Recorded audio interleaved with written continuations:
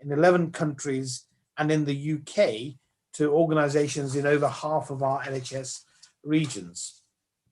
Orca itself has won numerous awards, whilst Liz has been selected as the tech trailblazer for the BEMA 100, and she was appointed as an NHS England NIA Fellow.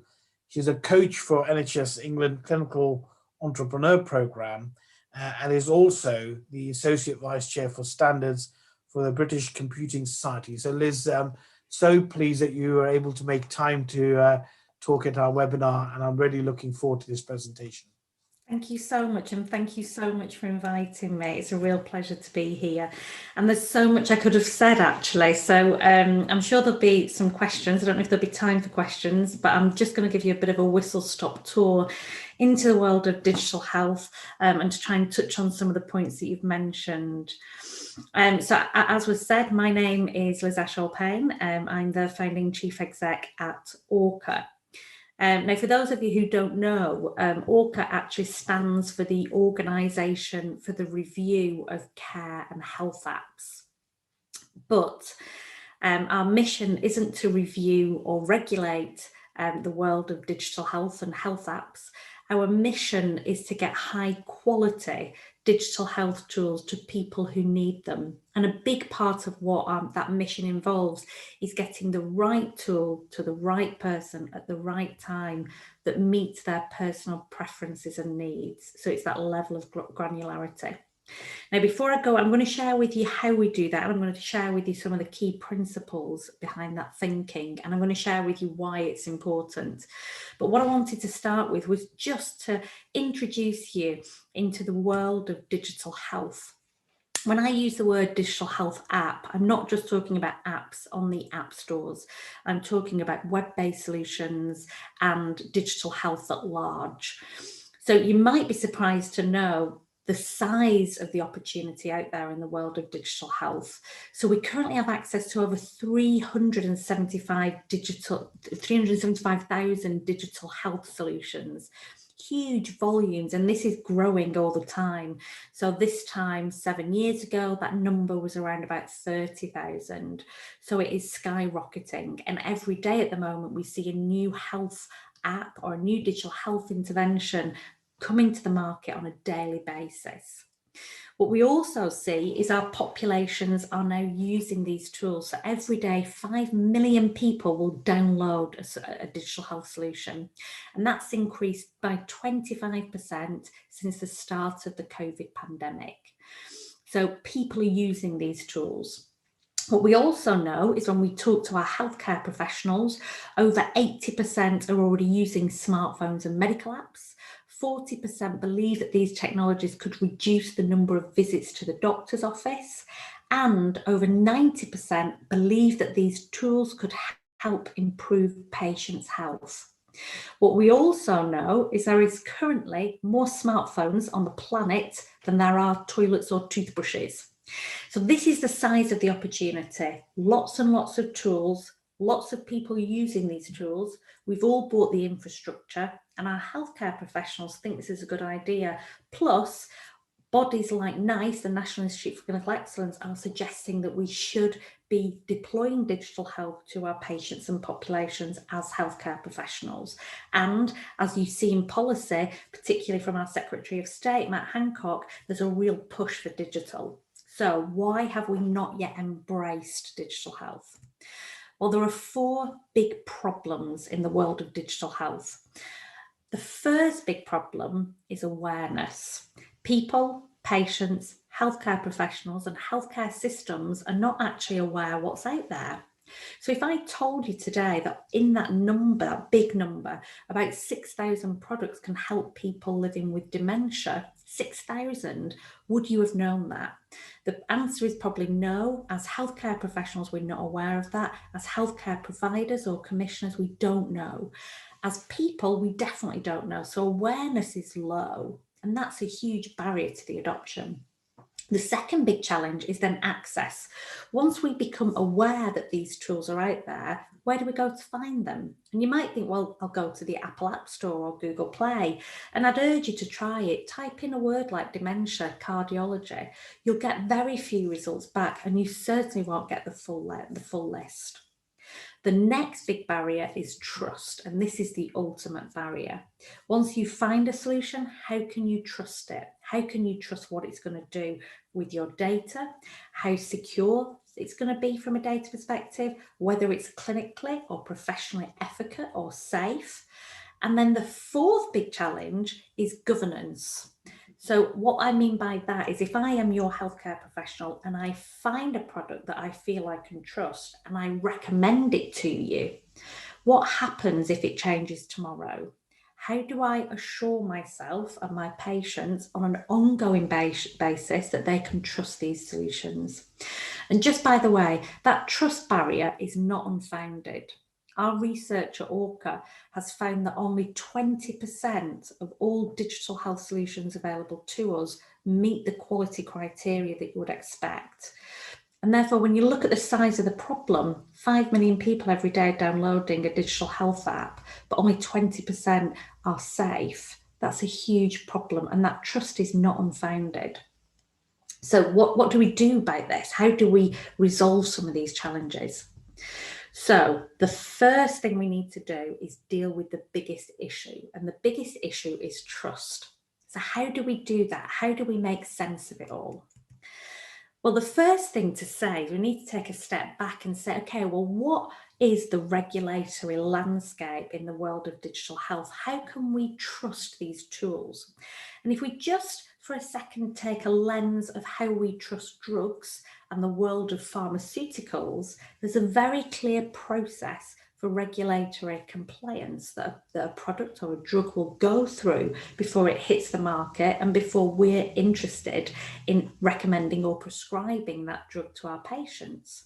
So in the world of digital health, what does this regulatory landscape look like? Well, it's a real puzzle.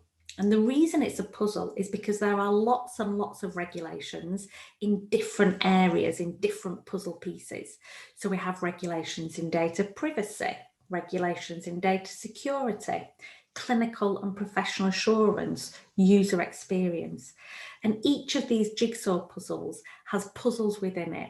So under the clinical assurance, you will have heard of certain regulations and compliances such as medical device regulations, Care Quality Commission, clinical safety standards, etc.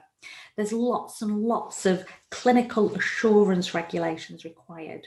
And this puzzle is ever changing. New regulations are emerging all the time. So in data privacy, for example, you will have all heard of GDPR, but there are new regulations emerging around models of consent, authentication, verification.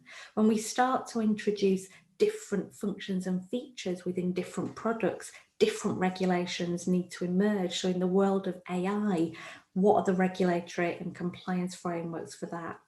So this is a real puzzle. And the other reason it's a puzzle is because the products are different. So in the world of digital health, just like in the world of drugs and pharmaceuticals, we have different products that have different thresholds of risk. So in the world of drugs, we can go into a supermarket and buy paracetamol. So they're on general sale. The risk of us buying and using that drug is far less than other drugs that will be prescribable or under control. And that's the same in the world of digital health. So we have to think carefully about how we apply this regulatory landscape. And what's happened over recent times is there has been a growth in digital health assessment frameworks. So in the NHSX have just launched something called the D-Tac assessment framework. If you've not seen it, I'd urge you to have a look. And what that's trying to do is make sense of this regulatory puzzle. Now, as when I was introduced, Orca don't just work in the NHS, we work globally. And so how are we doing that, given some of the nuances and differences from a regulatory and standard perspective in different jurisdictions? Well, the way in which we've done that is we've gathered all of the duplicated effort on a global scale from all of these standards, regulations and assessment frameworks. And we've pulled that into a baseline review process. I'm going to explain why it's called baseline in a second. But this is still a very robust process which goes through 350 point evaluation across all of those different domain areas. It applies the regulations in a proportionate, but more importantly, repeatable way. Every time the product updates and changes, our system triggers a re-review of the bit that's changed. And this is really important. But what I also shared with you, that only 20% of products that go through our review process meet the quality criteria.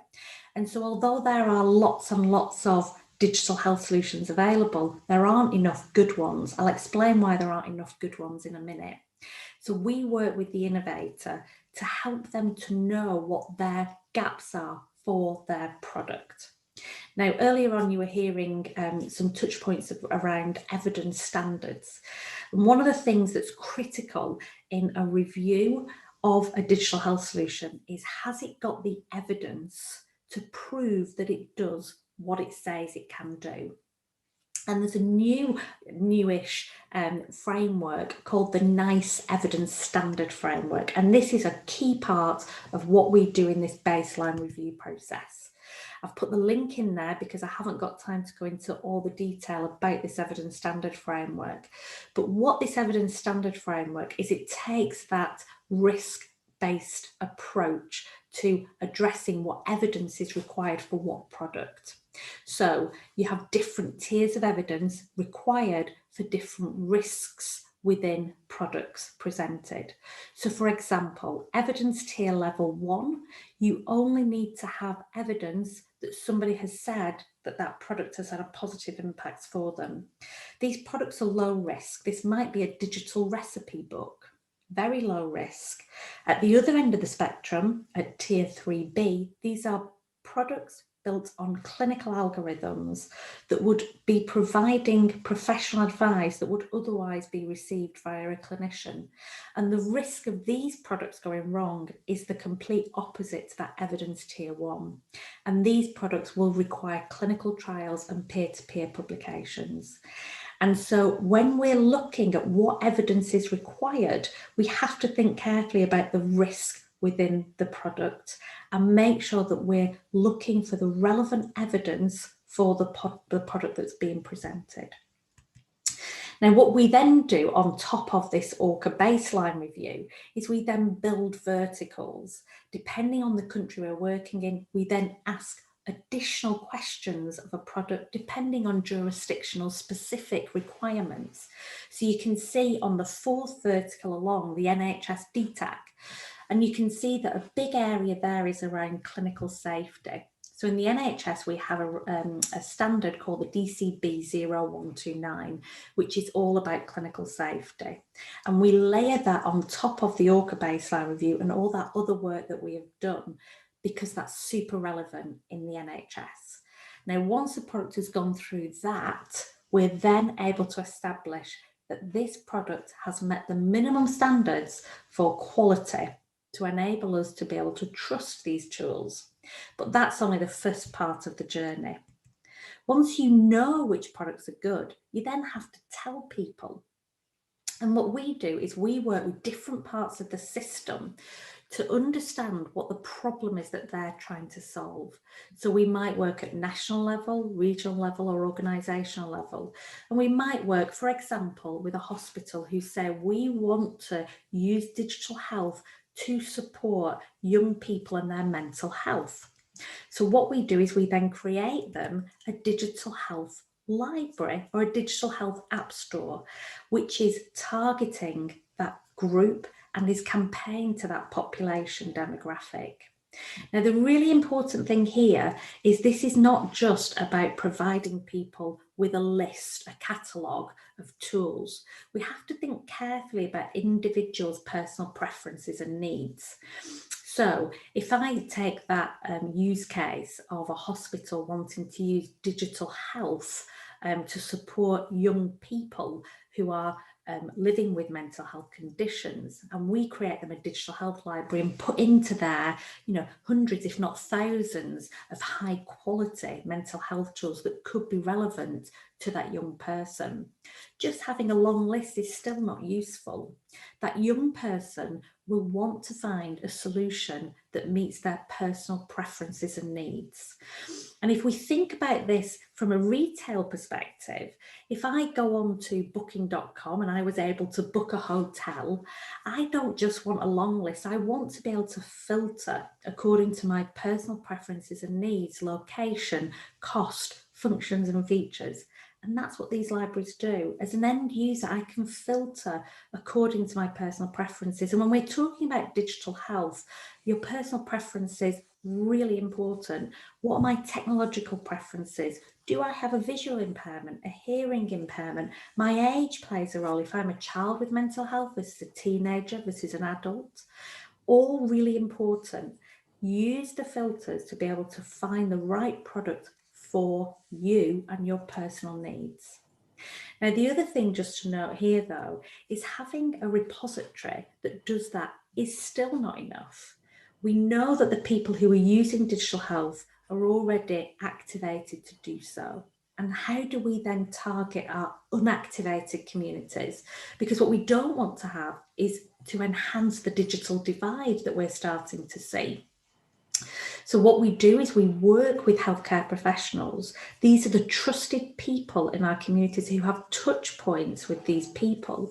And if a healthcare professional recommends anything to us as a patient, we are significantly more likely to use it. In order to do that job, we must train our healthcare professionals, enable them to activate people and patients. But I talked earlier on about a number of other barriers, including governance. If I am a healthcare professional and I'm going to recommend you a digital health tool, I need to know it's good today and that it continues to be high quality. So what we do is we enable healthcare professionals to use this library as a formulary. In the same way that we have formulas for drugs, this is now your digital health formulary. And you can use this to recommend or prescribe a product to a patient via text message. The system will continuously re-review these tools, and should a future fault be found, we can do a recall, and therefore governance is established. So working with clinicians and clinical teams is critical, and that starts with the education and the training, because in the same way that we have to raise awareness in our communities, we have to do the same for our healthcare professionals, and this is just an example of what that looks like. Now, the question that you may have is, why not just have one digital health library? And I'm going to explain why. The reason why is because this is an early space, and we have to be extremely targeted in what that library is going to be used for. So this is an example from Cheshire and Merseyside. The Cheshire and Merseyside accreditation repository is all the tools that have met the relevant regulatory requirements. We then have different distribution channels and different distribution channels in different libraries depending on the lens. We have one for maternity, one for students, one for social prescribers, one for primary care, and the campaign and the change management that's required around those libraries is critical. Now, to bring this just one layer lower, why is one app not enough? So people say... Sorry to interrupt, but you have about a minute remaining. Okay, no problem. Thank you very much. Very, very quickly, why is one... I get asked the question, what is the best diabetes app? And the answer is, it depends. It depends on the person and their personal preferences and needs. So here's an example. If we're going to talk about building fitness after COVID, it depends on what that person needs, depends on the product that they use. Equally, in managing mood and coping with frustration, it depends on what the person needs. So we have to really think this through. I'm just mindful of time, so I'm going to whiz through these and finish here. So if we are really going to embrace digital health, we must build trust, We must think about how we're going to activate the whole ecosystem, but we must build strong governance and risk management. Thank you so much, and apologies for going over. No problem, Liz. Thank you so much for that. Very thought-provoking. I know there'll be a number of questions coming up from that. I'm going to move on to introduce our next speaker, and it gives me real pleasure to introduce Dilraj Khalsi, who's an alum of St. Catherine's College. Dilraj is a doctor, an academic, and an entrepreneur. He trained in Oxford, and he continues to publish with colleagues about patient empowerment. He's also a lecturer in digital health at the University of Warwick, and he uses lifestyle medicine to help patients manage chronic diseases in his online clinic, the Hippocrates Lounge. So he focuses on combining best of lifestyle, behavioral, and digital health to optimize patient outcomes. Thank you, Dilraj. Thank you for that lovely introduction. So I'm going to, as I always like to do, try and make this as interactive as possible. So if you could all please go to this link, so www.seatings.com/Dilraj, there'll be a few polls you can participate in. So I've been asked to talk about telemedicine and whether it's intrusive or supportive today. And I think this is a really exciting topic for me because it combines those different worlds. I've always been interested in shared decision-making from an academic perspective and digital health from more of a kind of healthcare implementation perspective. So my job today, I think, in the next 10 minutes is to try and convince you that the only absolute exclusion criterion for telemedicine is the need to physically examine the patient and red flag symptoms. So just keep that in your mind as we go through it. Going straight back to the very basics of evidence-based medicine, we know that it comprises the best available evidence from all the research, our clinical experience, our judgment as clinicians, and then the patient value set and trying to incorporate that into a process of shared decision-making. What I'd like to do as our first polls is to consider how does telehealth or digital health more broadly influence these? Does it support them? Does it disrupt them? So let's consider research evidence first. If you'd like to answer the polls.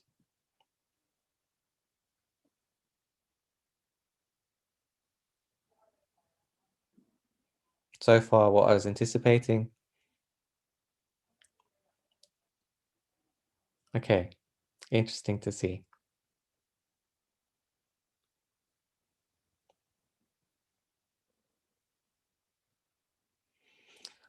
So largely speaking, I would have anticipated it being on the more supportive side. Obviously, I might be biased given the background that I have and what I've been doing in my career to date. However, I feel that in terms of contextualizing guidelines or presenting to us relevant evidence as clinicians at a point at which we could actually use that within a consultation, I would have expected it's potentially supportive. It may be that the implementation is not always there to get there yet, but that's what I was thinking on that one. How about the clinical judgment? Does telehealth or digital health more largely support us or inhibit us in terms of our clinical judgment?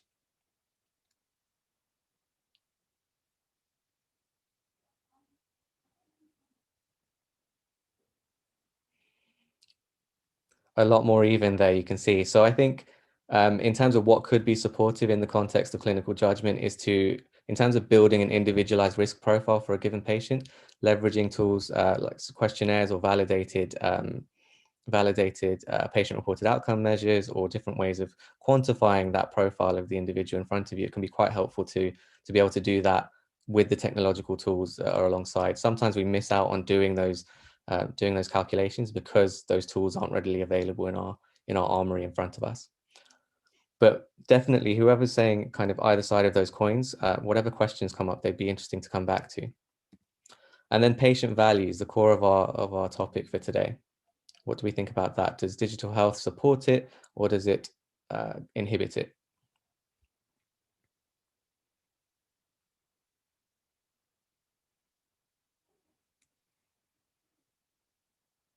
Again, a relatively balanced one. And I think this is one where we might think that perhaps privacy-wise or in terms of patients being at home in their own environment, perhaps it could be intrusive. And I think it's an interesting one to explore together. So with that in mind, I want to ask you very specifically now, what problems or barriers do we feel telemedicine creates for shared decision making? And I'm conscious that some of these may take a little bit of time, so I may have to move forward relatively quickly.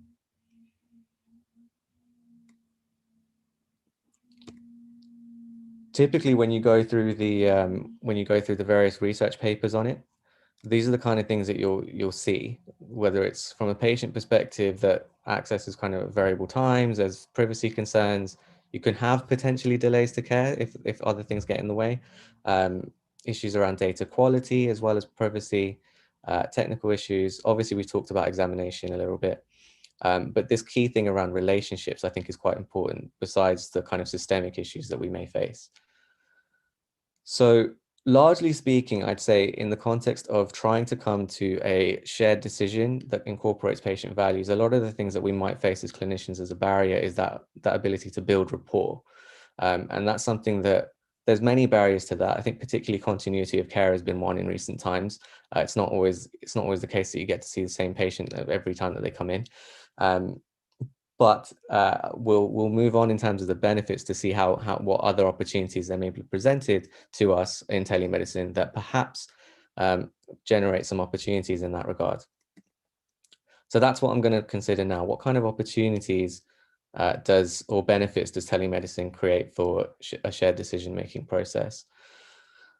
So typically when you're going through the kind of research, the kind of things that you'll see as potential benefits or enablers are the patients are saving cost in terms of actually travel, or even in private medical models, some of those appointments are cheaper.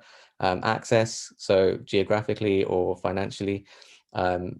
The opportunity for prevention is massive. And I think that's probably, from my perspective, one of the biggest opportunities we have in this space. Obviously, things like convenience, and as has been proven the case by the last year's events, that reduced infection risk. From a provider perspective, obviously, we're thinking about things like increased capacity, larger data sets from a population health perspective, and also creating a better service. I think something as clinicians we may not have expected is the ability to work from home, but that's now possible. And I think with those digital solutions in place, actually the education opportunities to learn during practice as a trainee, I think that's incredibly powerful and something that we'll start to see more of over the coming years. But if I had to hone in on one key benefit or enabler that telemedicine does offer us, I think it's with respect to individual lifestyle and behavior. I think when you have a telemedical consultation as opposed to a one-to-one physical consultation in a clinic room, the patient is in their environment. And so you're in a position where you get unique insights into the setting in which their disease or their health behaviors occur. And that's a really unique opportunity that wasn't afforded to us in previous times. Things like white coat hypertension, where the blood pressure of a patient would rise simply because they're in the doctor's office, need not be the case. That's something I've seen in my telehealth program I ran at Bart's Hospital. And similarly, you have opportunities where a lot of the typical barriers in terms of telehealth implementation that are talked of are things like age. Perhaps elderly patients are less able to deal with telehealth. However, in the experience I've had in running telehealth programs, actually there were some patients who felt discriminated against for not having been offered the access or opportunity to use telehealth due to their age. Similarly, language is anticipated as being one. But then you often have a family member or someone translate for you anyway. So that doesn't really present any differences. What really those situations enabled us to do is to include family members in the telehealth calls to either act as kind of that translational barrier or to widen the support network around the individual patient, which again is more context for their lifestyle, their behavior, their determinants of disease in their day-to-day life. And I think that although we may have there may be some compromise that we have to accept in terms of rapport and actually not being able to physically see a patient and what that builds for us, actually the opportunities to understand patients, not only in the call in terms of being in their own home environment, but to gather bits of information that wouldn't normally be available to you, symptom diaries between appointments, blood glucose measurements for diabetic patients, questionnaires, whether it's pre or post intervention, to ascertain what the patient reported outcomes and expectations are. That's so much more context and fruitful for us to be able to not only make better clinical decisions, but actually support patients on a journey of self-empowerment as well. So, last question and last poll.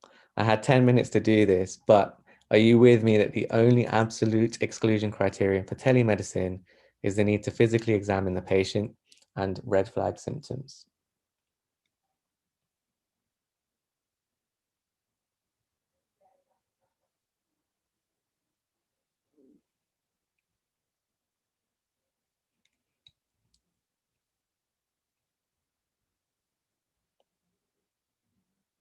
Looks like next time I'll have to ask for 20 minutes. But I definitely think this is one to discuss, and I look forward to questions on this. Thanks for participating and thank you for listening. Thank you so much, Dilraj, and I hope if you have got questions for any of the first three speakers, you'll put them in the Q&A ready for when we get to the discussion session. So now we have our fourth speaker for this session, which is Mohammed Al Ajilani.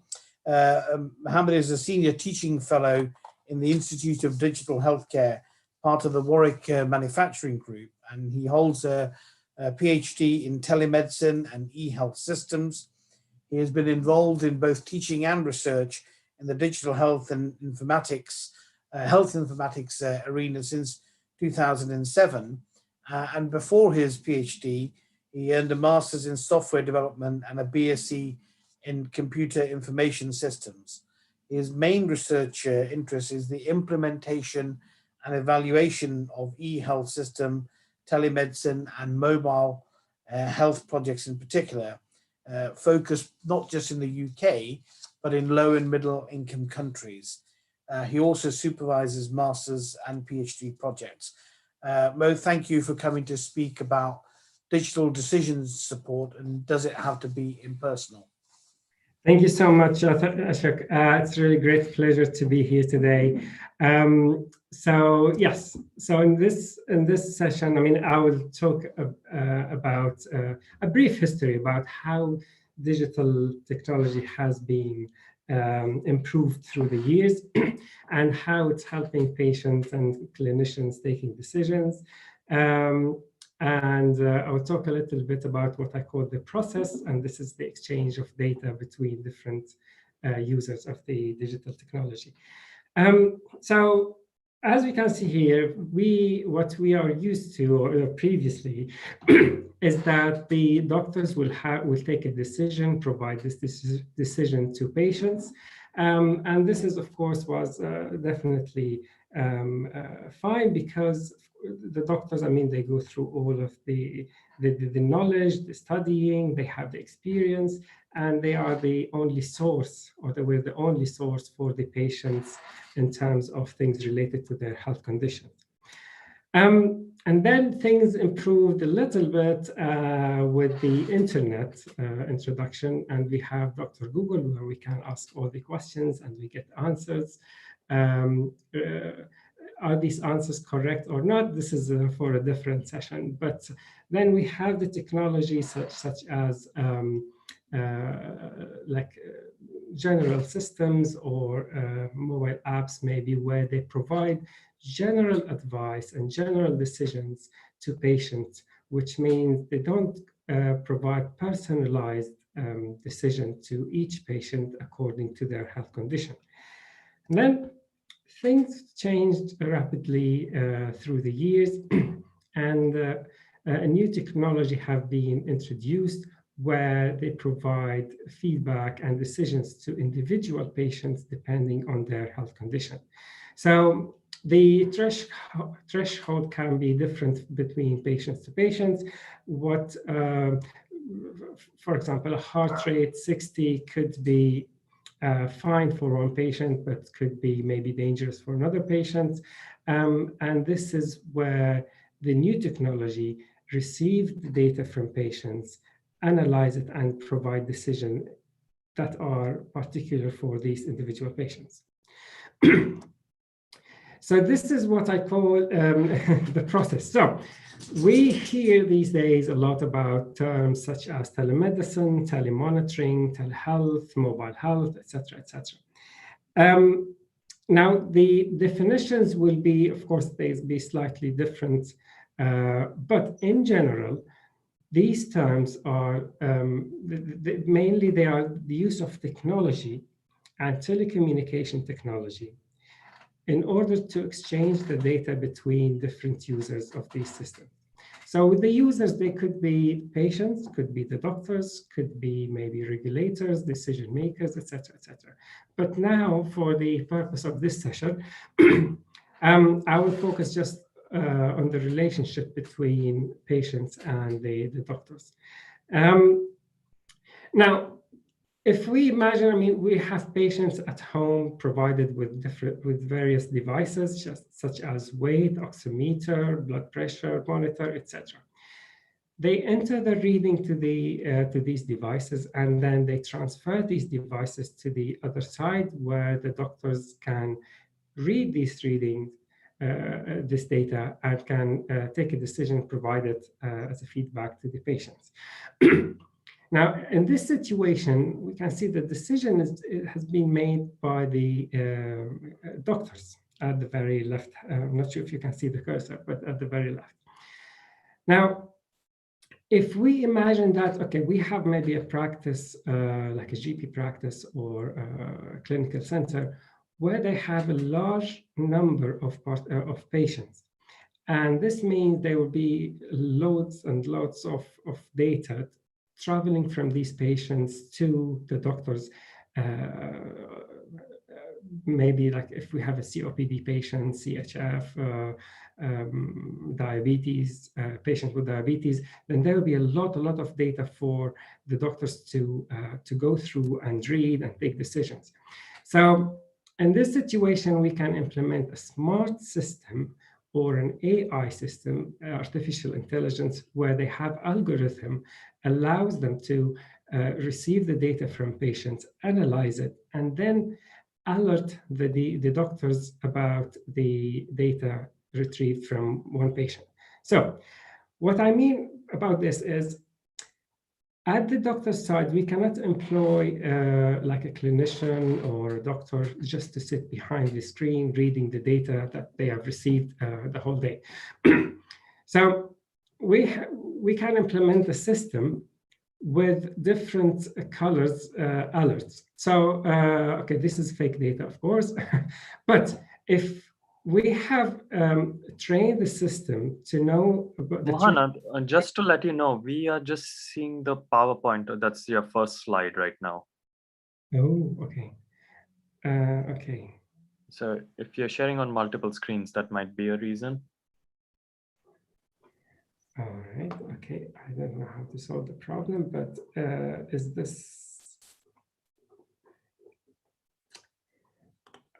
okay?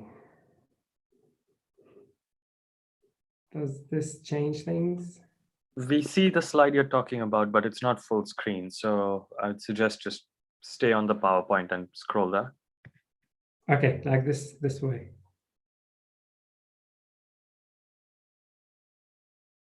Now, can you see the slides? Yes. All right. Okay, cool. So I was talking about this slide. I'm not sure if, yeah, anyway. So this is when I talked about the process where the patients have the devices, they transfer it to the doctors, and then this is the smart system at the doctor's side.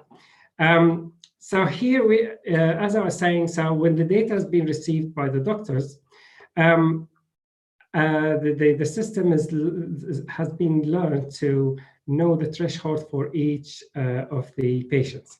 So when the readings or the data readings are above the threshold, then the system will have a red light to alert the doctors that there's something wrong, something dangerous.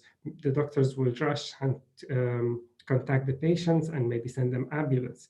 So in this situation, we see that the system here received the data, analyzed it, took a decision to inform the clinicians. And the decision is based on the data, of course, received by the patients.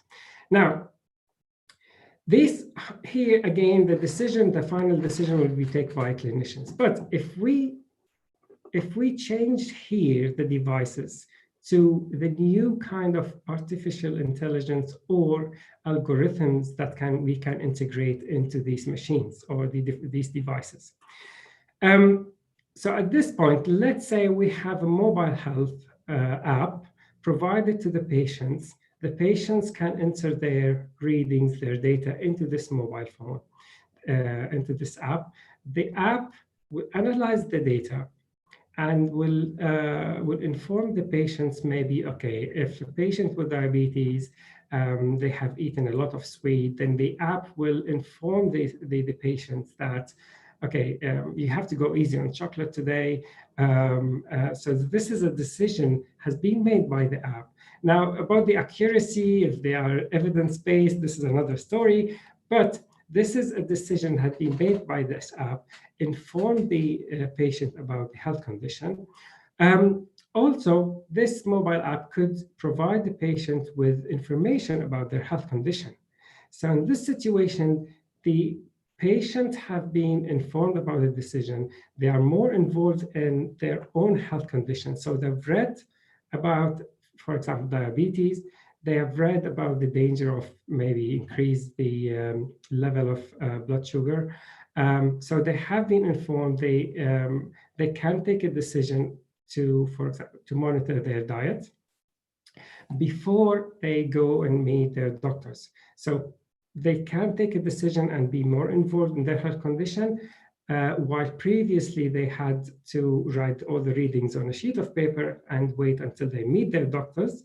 And then the doctors will inform them with the decision and maybe provide them with more information about their health condition. So we can see here that patients have been empowered now.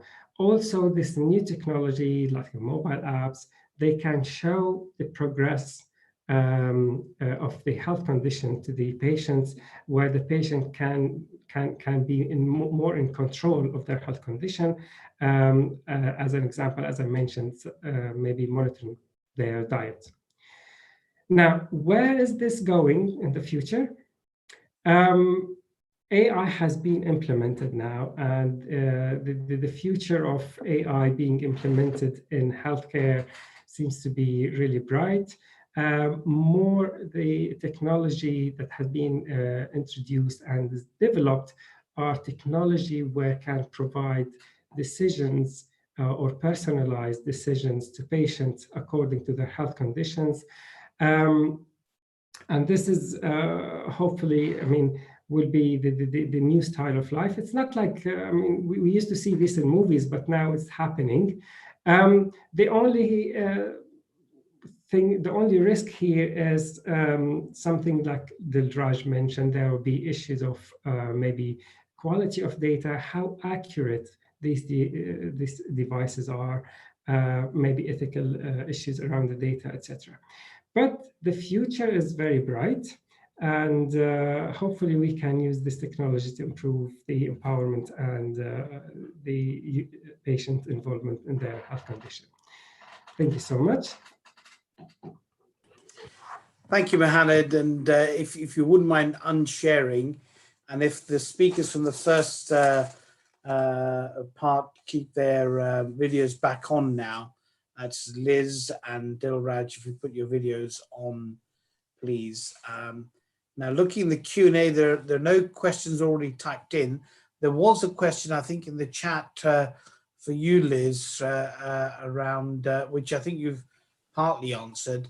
But I just wonder whether you'd be willing to just talk about that again. So I think the question from Stuart was, patients using digital health apps extensively can be looking at their health data more often, giving them more time and attention to it than their care team. So there will be many that see and understand the trends in their data more than their care team. For example, I mean, if for an inpatient on a ward, you know, the nurses might do their observations 4 times a day. The doctors might only see them once or at best twice a day, but the patient has probably got a full video of their data throughout the 24-hour period. So I just wonder if you had any comments. Yeah, absolutely. And I suppose that this is why it's so important that we make sure that people have access to high quality digital health tools. If a digital health tool that they're using is giving them poor data or weak data or unsafe data or unreliable data, and then they're acting on it, that causes a problem. Now, the big challenge in this space is, of course, the volume of data. So if you wear a wearable and you go to see your primary care physician and you have a 10-minute consultation, your wearable will collect more data about your health in that 10 minutes than the NHS will ever hold on you, irrelevant as to how complex your care needs are. And so the sheer volume of data, and that's actually both an opportunity and a challenge. So as a clinician, how do you embrace that data in a meaningful way? And I described, so there was a situation a couple of years ago where Apple HealthKit integrated the data from the Apple Health app into an electronic health record. And no doctor ever looked at that data. And the reason why was because it was a vomit of data. That's the best word to describe what it looked like. It wasn't usable. And it also opens up challenges around professional duty of care. If I look at data and I don't do anything when I maybe could have done or should have done, what does that mean? So there are lots and lots of challenges. The other thing is authentication. How do you authenticate that the data from that digital health intervention is from the patient that's saying it's from them? How do you verify that data? How do you enable consent? So there are, the system talks about interoperability, being able to share data, but the challenges associated with doing that job are massive. Now, that isn't to say that it's not insurmountable, and it's not to say that I don't think in the future we'll have an opportunity, but I think the first opportunities will be exactly where this question is stating, which is in the hands of the patient or the person, because I can understand and manage the data for me as an individual, but probably as a clinician with hundreds or thousands of patients at the moment, that might be a little bit too challenging. So I think we're on a journey. I think there's a massive opportunity, but lots of challenges yet. So, Liz, just to move off that, when people develop these apps, I mean, I know that commercially they would obviously be doing user group surveys and focus groups and stuff, but I mean, shouldn't they come with an instructions for use as well to say, if you've got your 24-hour blood pressure, the fact that you and I might have a peak of 200 at one point probably doesn't mean very much if it's a peak for 5 minutes, but to a patient might say, oh my God, am I going to have a stroke when my blood pressure is 200? Yeah, I mean, this is a massive gap, actually, what you've just described. So I know I use the analogy of prescribing drugs. Now, when you get a drug prescription as a patient, you then go to the pharmacy and collect those drugs. And at that point, you can get advice and ask those questions and go back should you need to. If you think about the deployment of digital health, we don't have that workforce there. And that causes, again, a massive challenge, because people have different personal preferences, different personal needs, different levels of literacy, different levels of interest in their own healthcare. And this is why it's not just about deploying digital health, it's about deploying the right digital health tool for the right patients at the right point. And I'll just give you one example.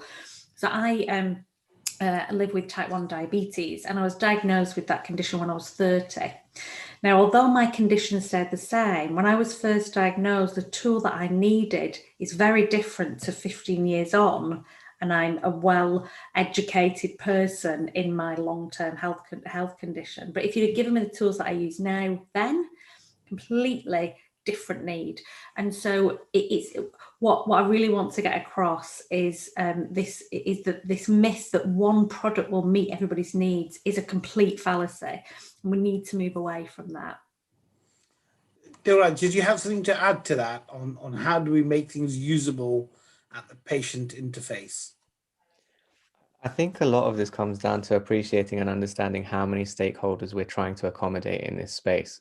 Ultimately, I think a lot of innovators come at this from, we want to innovate in healthcare, we want to do something impactful for patients, but obviously clinicians are gatekeepers in that relationship, and clinicians' needs are very different from patient needs. So Liz perfectly highlighted there that as a clinician, when I'm on the ground, I need to make effective clinical decisions, and I don't need too much information in order to get there. I need something closer to the actual answer.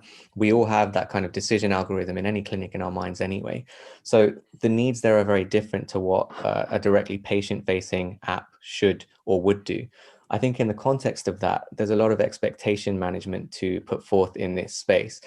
One, to particularly to patients, that, you know, just because you've got a ton of information in front of you and you could do something useful with that, that doesn't mean your clinician is going to be able to do something useful with that. It's not always contextually relevant. And oftentimes it's kind of an unfair burden to place on a clinician who's not necessarily in a position to accommodate all of those different types of data sets that a patient may have available. Similarly, I think, you know, including clinicians in part of that process of what types of information are suitable to actually make better clinical decisions, improve patient outcomes, is really important, not only in product development, but in implementation of any technology. It's oftentimes missed, and I think clinicians can feel a bit lost when kind of a new system is thrown at them. So I think it's a really delicate engagement process all around, but I definitely think that I think it's assumed that just because you've got Apple Health and it's got all of this data that your doctor can do something with it.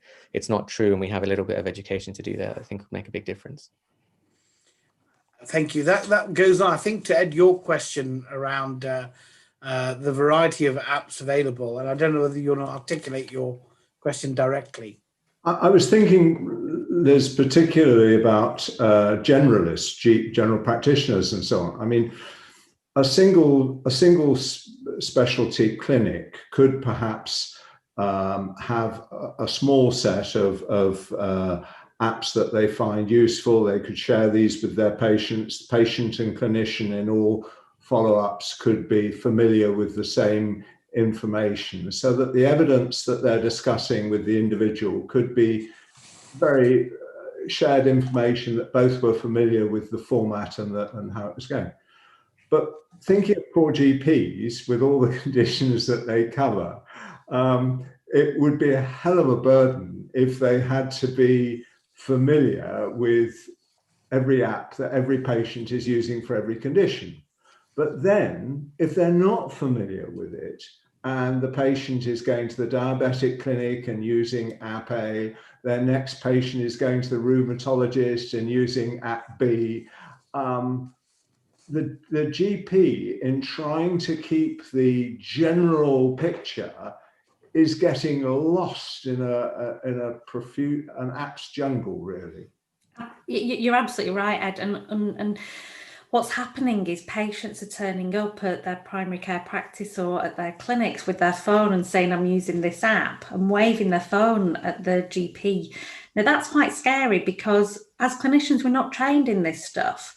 And that's why having a repository, the first question is, should my patient be using this product? So I want a repository that gives me access to not just the good, but the bad, so that I can search and say, do you know what? I don't know that product, but what I can tell you is it's unsafe and it's not clinically valid. Please don't use that product. But then the next point is, well, which one do I then recommend? And that's why we need a repository which allows us to find the right tool for the patient that's in front of us. So, you know, mental health is a huge topic of conversation at the moment. And mental health is massive. You know, there's 20,000 digital health products in that jungle you described. It's huge. And so, which one do I recommend? Well, the first thing is I need to be able to know which of those 20,000 are the good ones. And we might come down to, you know, maybe 4,000, still a huge volume. But then if I've got a teenager sat in front of me, actually we're probably going to refine that 2,000 to about 50.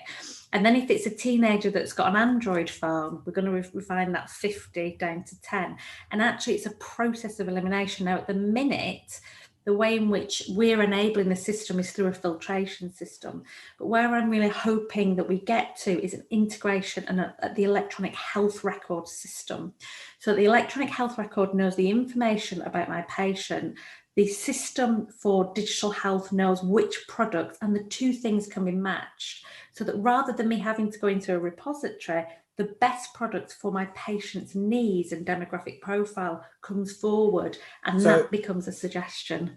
So thank you, Liz. That actually brings on to a perfect question from the Q&A from Claire, which says she's concerned that it seems too individualized, and all of that data coming in automatically. And she's saying there's a risk that if someone's blood sugar is high, they get blamed for ill health. And maybe treatment is refused if, you have a day when you eat some chocolate, or it's somebody's birthday, like it's the Queen's birthday today. If we get to needing health insurance, then the insurance could be withheld. So is there this data about you being shared that you have control over? You're absolutely right, and a brilliant question, and I can answer this both professionally and personally. So the first thing is consent. I want to know what health data I'm sharing, and at the moment when we download a digital health intervention, we don't know the answer to that question. It's really important that in the same way that when we open a pack of drugs, we can read the side effects. What are the side effects of this product? Is it going to share my data? The second thing is that piece around consent. I don't just want to say I'm going to share all my health data. I want to know what data I'm sharing to whom and when. Now, for me, I have well-managed blood sugars. I actually would love to share my data with my insurance providers because my insurance premiums are massive and I don't have the opportunity to prove that my blood sugars are good. So I would love to consent to share that data. Now, in another scenario, I might not. But I think what we need to do is really think carefully about not grouping people in big bulks and expecting everybody to have the same choice. Sure. Thank you. Well, look, we're at 2:15. I'm sorry to cut the questions short. We have got scheduled a 5-minute break now. So what I'm suggesting is that people don't leave the meeting and then possibly struggle to join in. But if you want to just mute yourself and turn your video off and have a comfort break or a glass of water like me, or a guilty piece of chocolate, and we'll see you in 5 minutes when I'll hand over to Ed.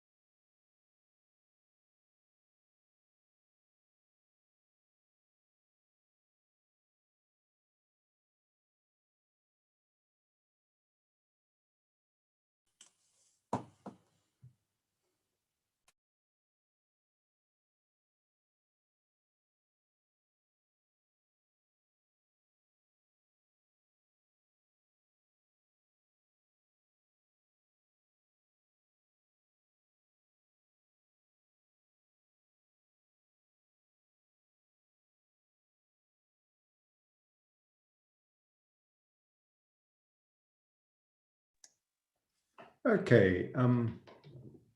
By my watch, we've had our 5-minute break, and I'm hoping that people are ready to start again, because we're covering an awful lot of ground here, and it's very exciting. So it's my pleasure to welcome now Professor Enda McVeigh. Enda's an associate professor at the Nuffield Department of Women's and Reproductive Health at Oxford. He's a subspecialist in reproductive medicine and surgery. And he was a founder and the director of the IVF Clinic Network, which is now the largest in the UK, as well as founder and director of Singular Bio, a cancer immunology company, and of Oxford Digital Health, both Oxford University and spin-out companies. So we're going to hear from Enda on how digital health technology can support patient-centered care. Over to you, Enda. Thanks very much. And I'll just share screen here. There we go. Is that working for us now? Yep. Yes. Perfect.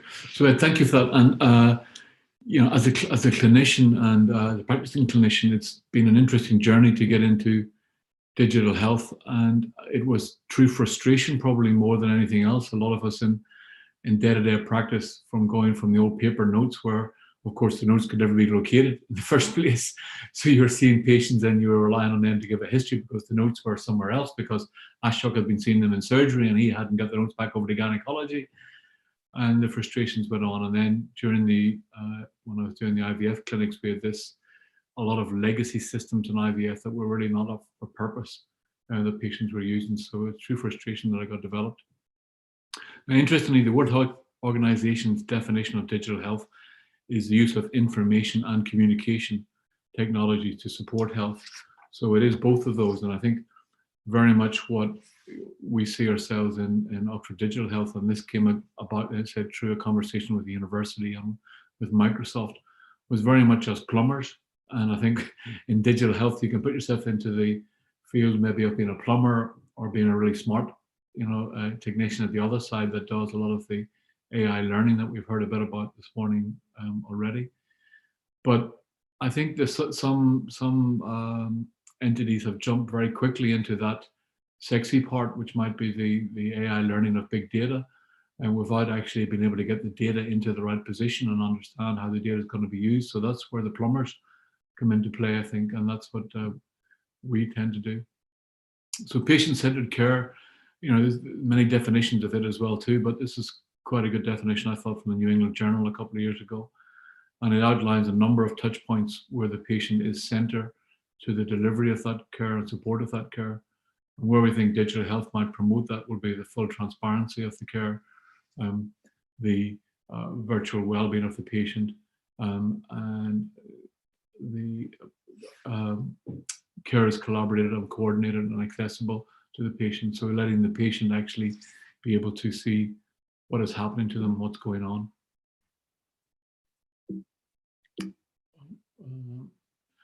So we're so far behind in healthcare.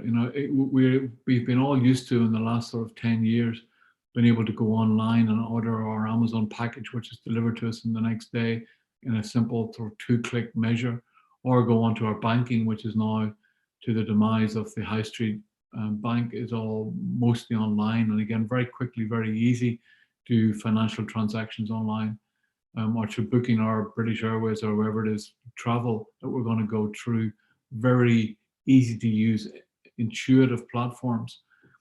And this slide from Mark Bretnell at KPMG just shows how far below healthcare has not really got that digital dividend. It hasn't transformed, hasn't been able to move the sector forward in the same way as those other sectors have moved forward. So this in itself presents an opportunity, because we can harness that dividend still and make things better for us. We've heard already that patients are increasingly using digital devices to manage their health, or how they think they're managing their health. So be it your Apple Watch or your Garmin, where you're looking at your heart rate while you're running or when you're sleeping. And patients we've heard again also already in the meeting today about how patients are expecting this data to be used. But actually, if you look back at the Human Genome Project, there was a similar argument going on at that time whenever patients were being asked to get involved in the Genome Project, and there was a discussion had about, well, I'm not going to give my data to the Genome Project because it's valuable. In reality, your own personal data is actually less valuable or of no value unless you compare it with all the data. And that's where the real value comes, of actually collecting all the data and being able to put it together and use that then to predict and prevent health issues on a population base, as well as hopefully then individualized later and determine effective treatments based upon that. Now, our world has changed a lot over the last 12, 18 months. We don't need me to tell you that. And this is what a traditional visit to the hospital looked like. It was busy, it was crowded. From sitting in the John Radcliffe, we could see the queues of the cars going right down Headington Hill, where they were backed up and they couldn't get into car parks. However, then we had the COVID pandemic, and all of a sudden the car parks were empty and there was no queues. But interestingly, medicine continued on, and it was an inflection point in our use of digital communication technology, if not necessarily information gathering technology. And we really started to use things differently. Now, NHSX, which has been around for longer than the pandemic, did have 5 missions that it set out when it was set up.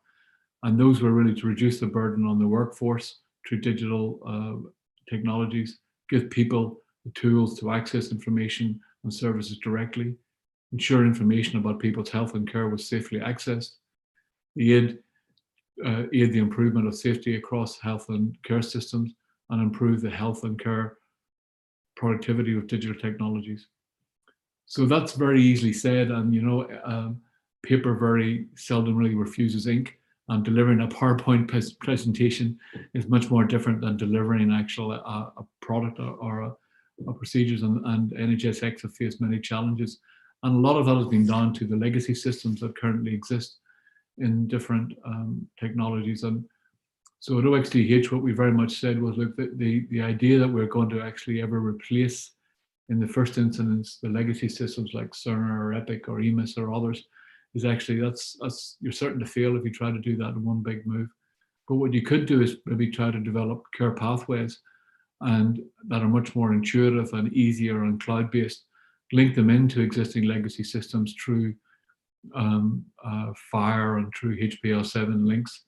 And then, of course, very importantly, give the patient-centric approach to that by having a patient portal where thereby they can see their information, they can see their records, they can get easy, quick access, they can upload through their patient portal information into their care system and into their networks, which can then be used. And even things like cloud-based PAC systems, where you can get second opinions on your MRI or your CT by quite easily sharing your records in the same way as you might share your Facebook. You're not my friend, I share my Facebook with you, but I'm not going to unfriend you because I've moved actually to Australia and I want to share my digital records with somebody else. So it's trying to bring all of those data points, which sit at the moment in individuals in multiple silos. And what we want to try to do through the systems that we're developing on a Microsoft really stack system is to try to link them in together and coordinate them and give patient access. So one thing that we're about to launch, or we have launched in another country, is a virtual hospital where we've got a much better, it is virtual. Again, one of our earlier speakers was talking about how, why do we need, have we moved away from the healing hands where we need to set our hands onto patients in order to heal them, or can we do a lot of this remotely? So in this case, Jane, she wants to register to be in part of this virtual hospital. She does it in a very similar way that she'll register for her Amazon or for Netflix through an automated email system, which might be helped by a real person. That administrative is going to, through the administration and registration rights, will collect the initial information. Then we'll send out a very quick acknowledgement, and we can also send out consent forms with full auditability, which can be signed through DocuSign or others. Then once the patient is signed, the patient can actually see who's available in the hospital, what is the availability of, if it's an orthopedic surgeon or a gynecologist, they can publish out their calendars and see when they're available for online syncing. Now at this stage, you're going to have two systems between your public and your private. In the private, it'll be quite easy. Jen can book directly with Steve. In the public system, it may be that she needs a GP Git system in order to organize that consultation. The virtual consultations we've heard about already, but there are many ways that we can improve. People have been negative about virtual consultations because they miss those subtle interactions that you can get when the patient's sitting in front of you, about maybe, you know, how nervous they are, where they're looking to, or they, you know, things that you pick up that are subliminal messages. But actually through using cognitive services, through the AI video, we can actually get an objective measurement of that, as opposed to our subjective feeling, which is of course very important subjectively as clinicians. That's what we're trained for, and we've got experience in that. But having that objective through this AI learning can be quite good. Things even like the ability to, with a 90% accuracy, diagnose a COVID cough based upon that interaction is quite important. Then Steve, who will see them, and through things like the nuance, can actually do a real-time transcription of that consultation. And also, if it's underpinned through Business Central and others, then you can actually generate invoices to CCGs or whoever. Then if you need to have a referral on for ultrasound or for imaging, then that can be done through direct email referral across to the virtual imaging department or through to the pharmacy. Then we can actually link these all into existing legacy systems through FHIR and through HL7s. And again, very importantly, we can have this patient portal where the patient can see all the time what's going on with them, and they can contribute to that activity, and they can also see what's happening and move things forward. So I think that there are, the world is changing, and it's very unlikely that we're going to go back to where we were. I think there has been maybe an overswing because of COVID, but we will relax back into a situation. But I think there is the ability to grab that digital dividend in healthcare that we have been missing. I think there is changing the way that patients expect to interact and engage with the providers. That has changed, and people don't really want to sit in crowded waiting rooms any longer. We really need to rethink and rework an effective patient engagement strategy and platform of how we're going to do that. And again, interesting to hear about those, tens of thousands of apps that are out there and the noise that is in that activity, and how we actually streamline and make that better. But hopefully we start with getting the plumbing organized first. We need to understand the touch points that we have with our patients, mapping common journeys, and building a clear picture of how we use the data that is there already and how we use further data, so we don't get, as described earlier, this vomiting of data into the system that actually is of no use to us. And we need to create a personalized and tailored view of each patient and deliver real-time and continuous interactions between patients and caregiver. Also realizing that patients actually will also have increased expectations, as we're finding now. Patients might email their doctors very quickly when they're sitting at home and they've got a quick question. We need to be able to streamline and make that much more an effective use of time. And that can be with using things like healthcare bots in waiting rooms, virtual waiting rooms that we've created. And the bot can interact and actually, through time, that bot's learning and ability to answer questions and collate information that can then be delivered to a doctor at fixed times for a response may work. So that was a very sort of overview of where we are, Ed, with that. There are many more questions than answers, I think, but it is a very exciting space that we're in at the moment.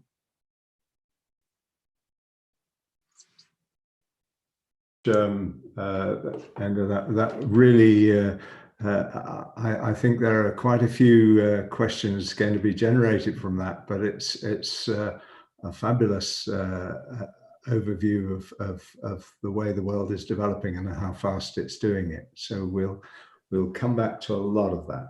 Okay.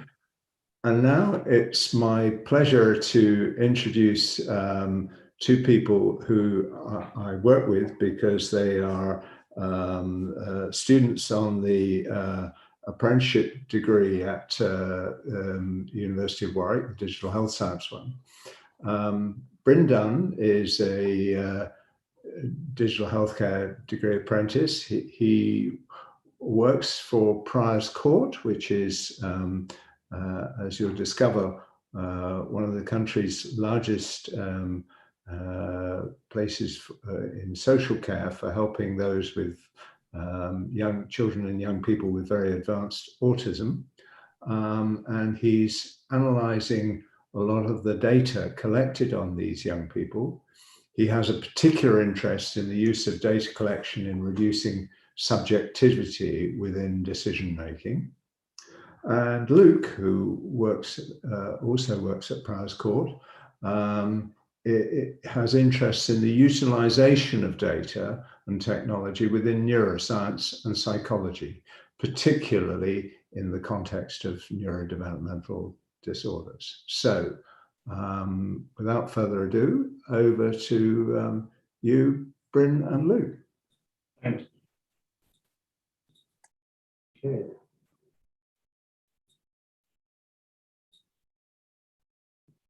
Good afternoon. We're going to be doing a presentation on predicting what matters using big data. So my name is Bryn Dunn. I'm Luke Garland, and we are both digital healthcare apprentices at Prior's Court Foundation in partnership with the University of Warwick. Okay, so a little bit about our apprenticeship. So our apprenticeship at Prior's Court is designed to include a combination of work placements across the organisation, such as education, residential and therapy teams, in order to gain experience and develop a broad understanding of operational processes undertaken to meet the needs of young people in our care. The majority of our time we spent with the team working on the Prior Insight platform with a primary focus on data mining in order to discover what can make the difference between a good day and a young person going to crisis. We are gaining this experience alongside our degree at the University of Warwick, where we are provided with a breadth of scientific training oriented around the fusion of sciences. This involves developing high-level consultation skills, using holistic, evidence and values-based approaches to shared decision-making, psychology, behavioral science, and clinical physiology, all in conjunction to learning how digital technologies play an ever-increasing role in supporting health and well-being. So Prior's Court. Prior's Court is a registered charity founded in 1999 by Dame Stephanie Shirley that provides education and residential care for young people with complex autism aged 25 to 25, helping them to live happier lives and build more independent futures.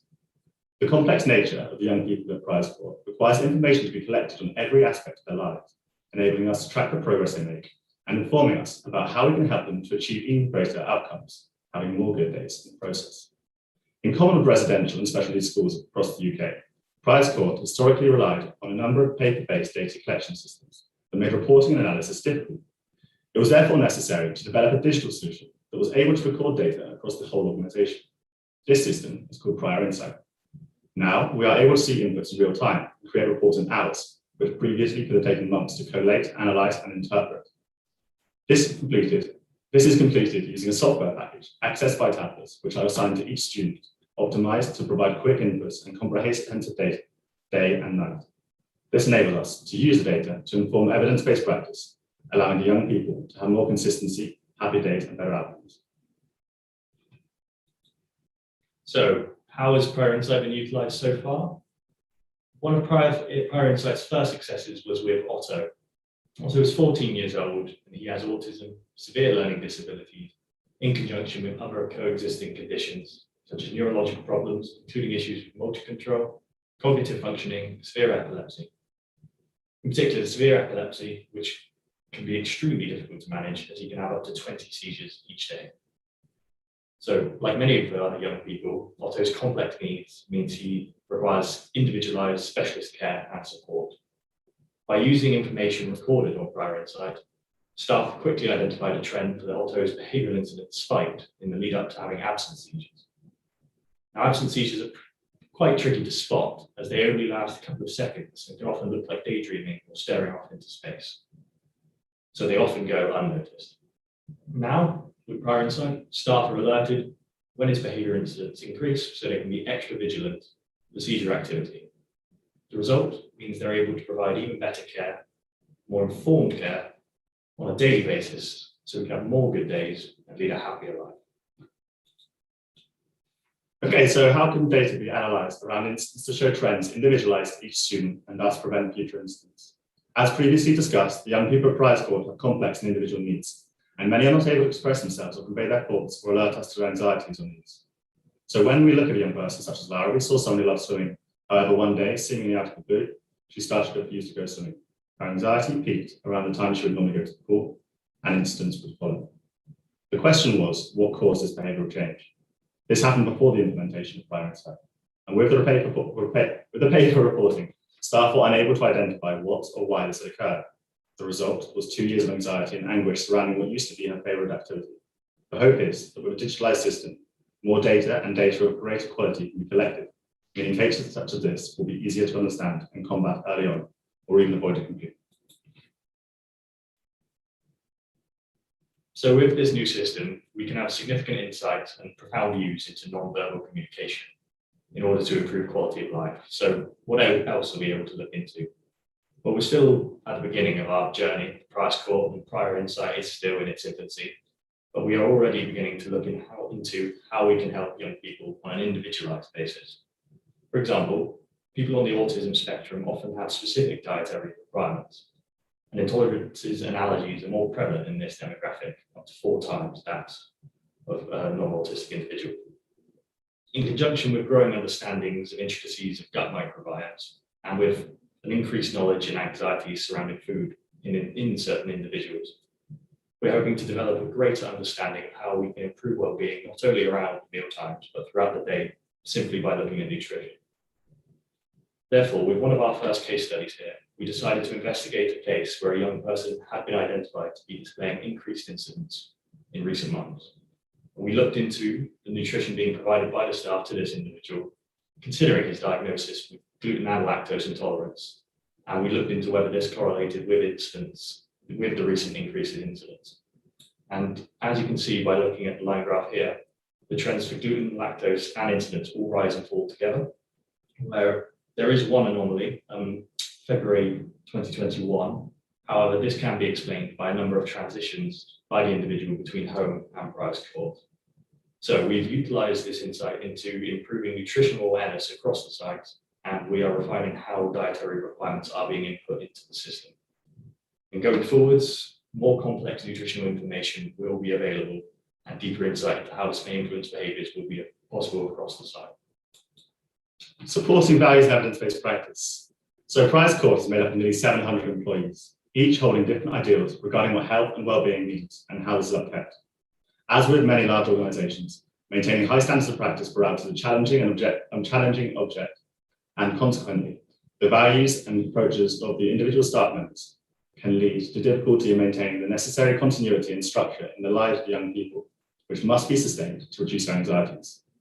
With the young people requiring round-the-clock care, many different members of staff will work with each young person.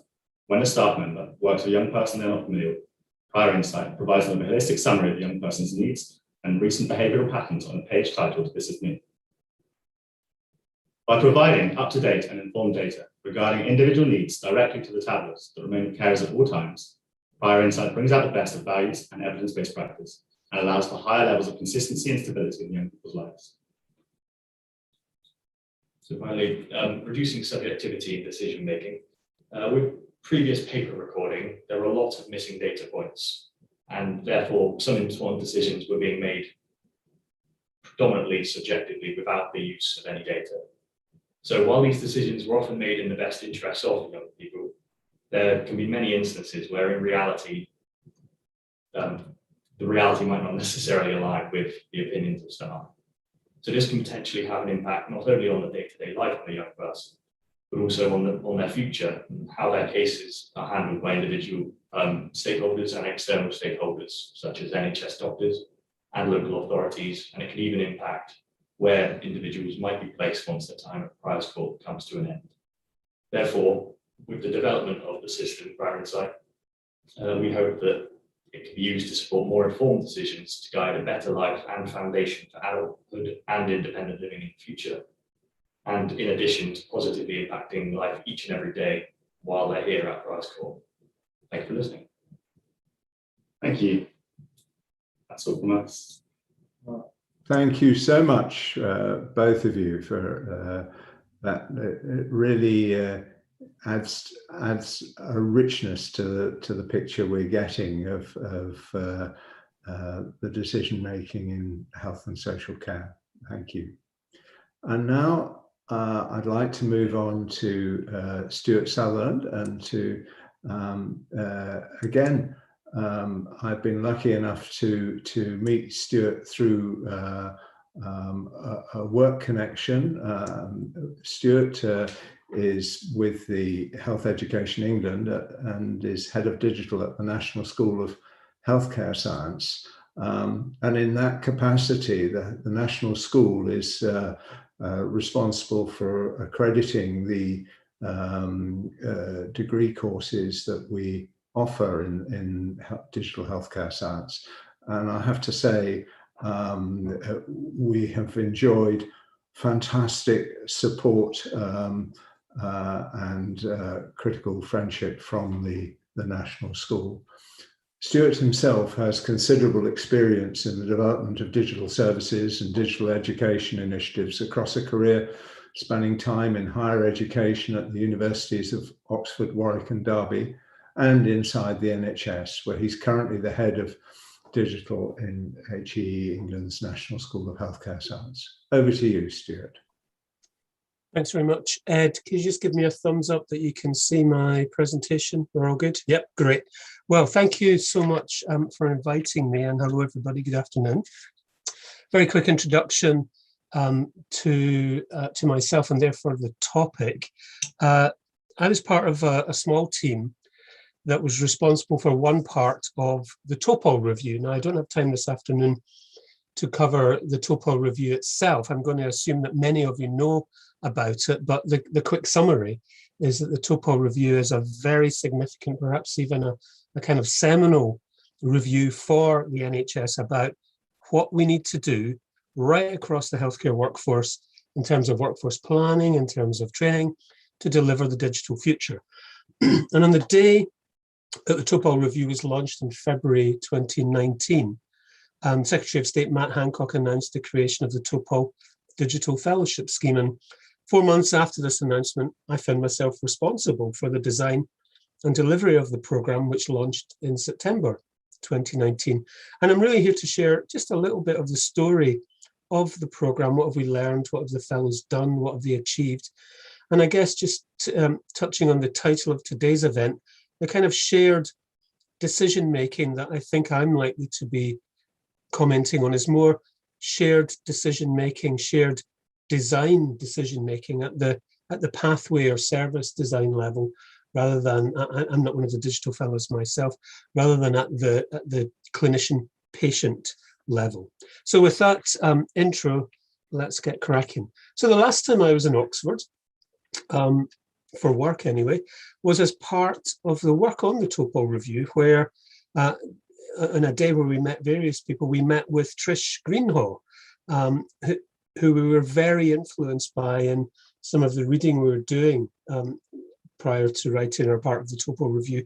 And in particular, we were very influenced by her team's work on why most health tech initiatives fail. And you can see at the bottom right here, the kind of seminal paper, which introduced a framework for why most health tech initiatives fail. But the quick summary of that framework is that too often these initiatives are projects and not services. They're pet projects. They're too often the preserve of an enthusiast and not of a team, or not certainly of the organization. They're too often not attentive to how to scale up. In other words, they're not attentive to becoming a project. They kind of stay in pilot mode and the enthusiasm goes elsewhere.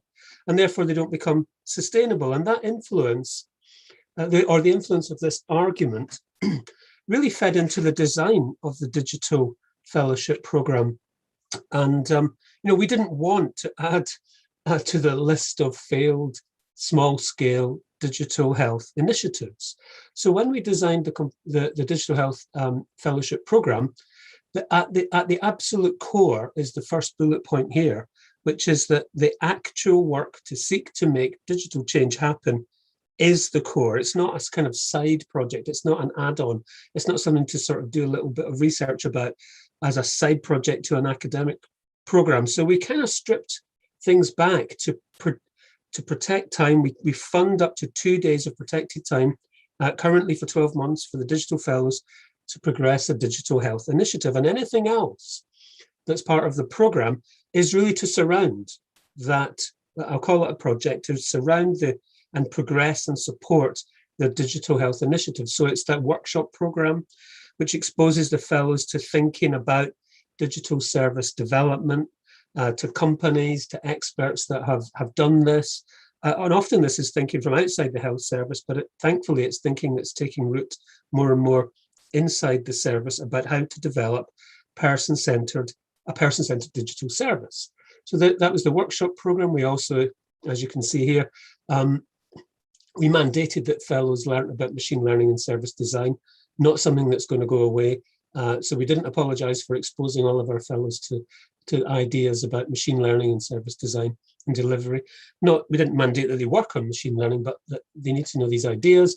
And very importantly, particularly for our current cohort, the facilitated online community for the fellows is fundamental. So the next slide is really is a slide that we use and have used when we've said to the fellows, this is what your program is about, because we say again and again, right at the very start, the core of the program is the project. And it's the progress you can make with the time you've been given and the support that surrounds you to make that digital health initiative stick as much as it can.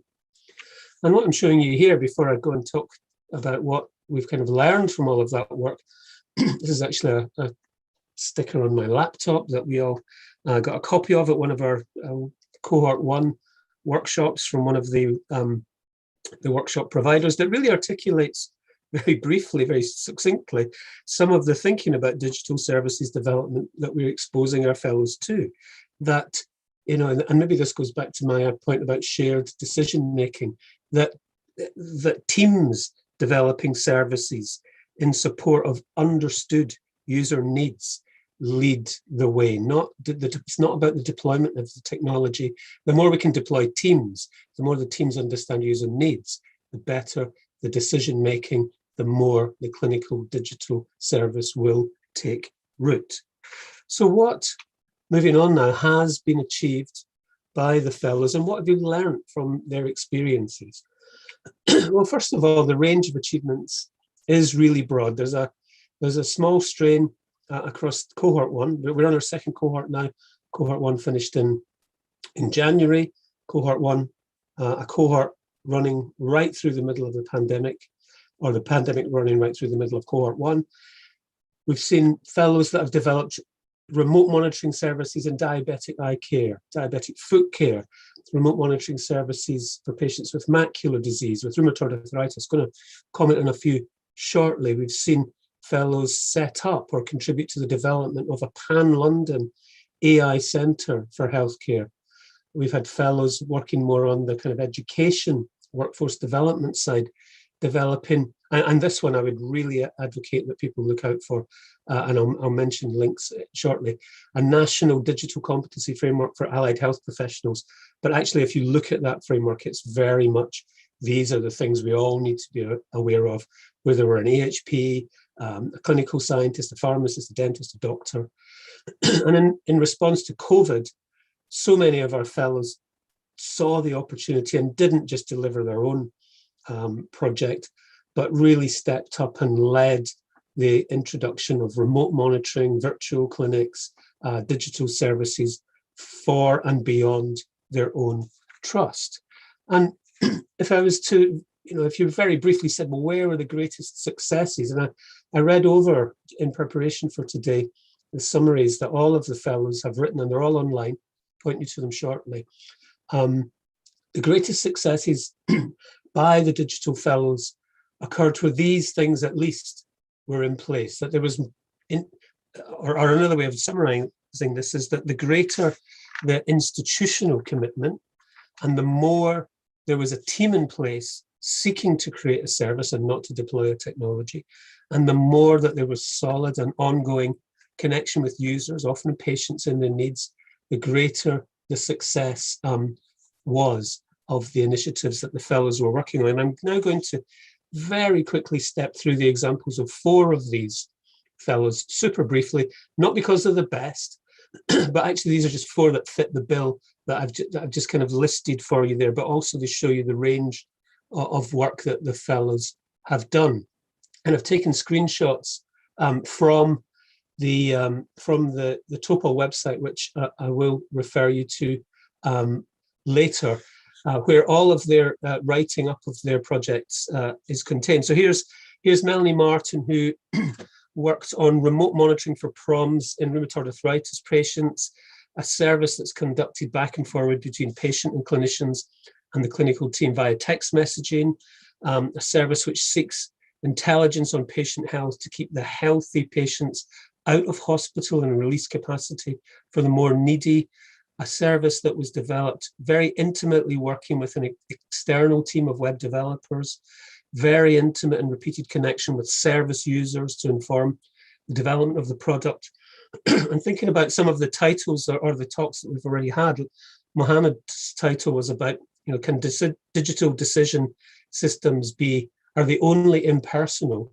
This is an initiative where I think the exact opposite is in place, in that the data that is exchanged via this very simple service conducted via the patient's smartphone allows for tremendous personalization. We don't have to stack up the patients in a queue in the hospital or even in the virtual queue for the clinic, because we know where the well patients are and where the less well patients are.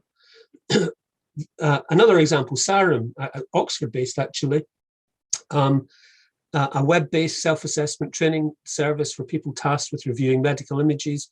Again, there was extensive working with a development team. I'm going to keep using that word team a lot today, repeatedly testing and gaining feedback for improvements on this extremely impressive service. Roxanne, head of research nursing at Moorfields Eye Hospital, working to try to reach the very hard to reach, the people who have not attended clinic in hospital for the diabetic eye screening, and trying to improve that by taking the screening service out into the community, using a mobile device to capture and submit images, receive results in situ. Roxanne, again, it's a team effort, trained teams of nurses and others and GP practices out in the community. There was collaboration also in this team with the app supplier. So there was the industrial partner as well, and extensive kind of testing and feedback and iteration in the early stages of that effort, which is still ongoing, and therefore more than likely to become a service and not a pet project.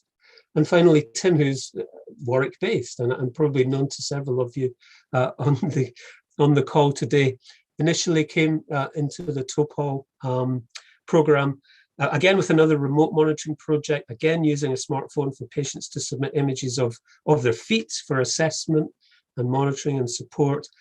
Again, close collaboration with the app supplier, again working in a broad multidisciplinary team.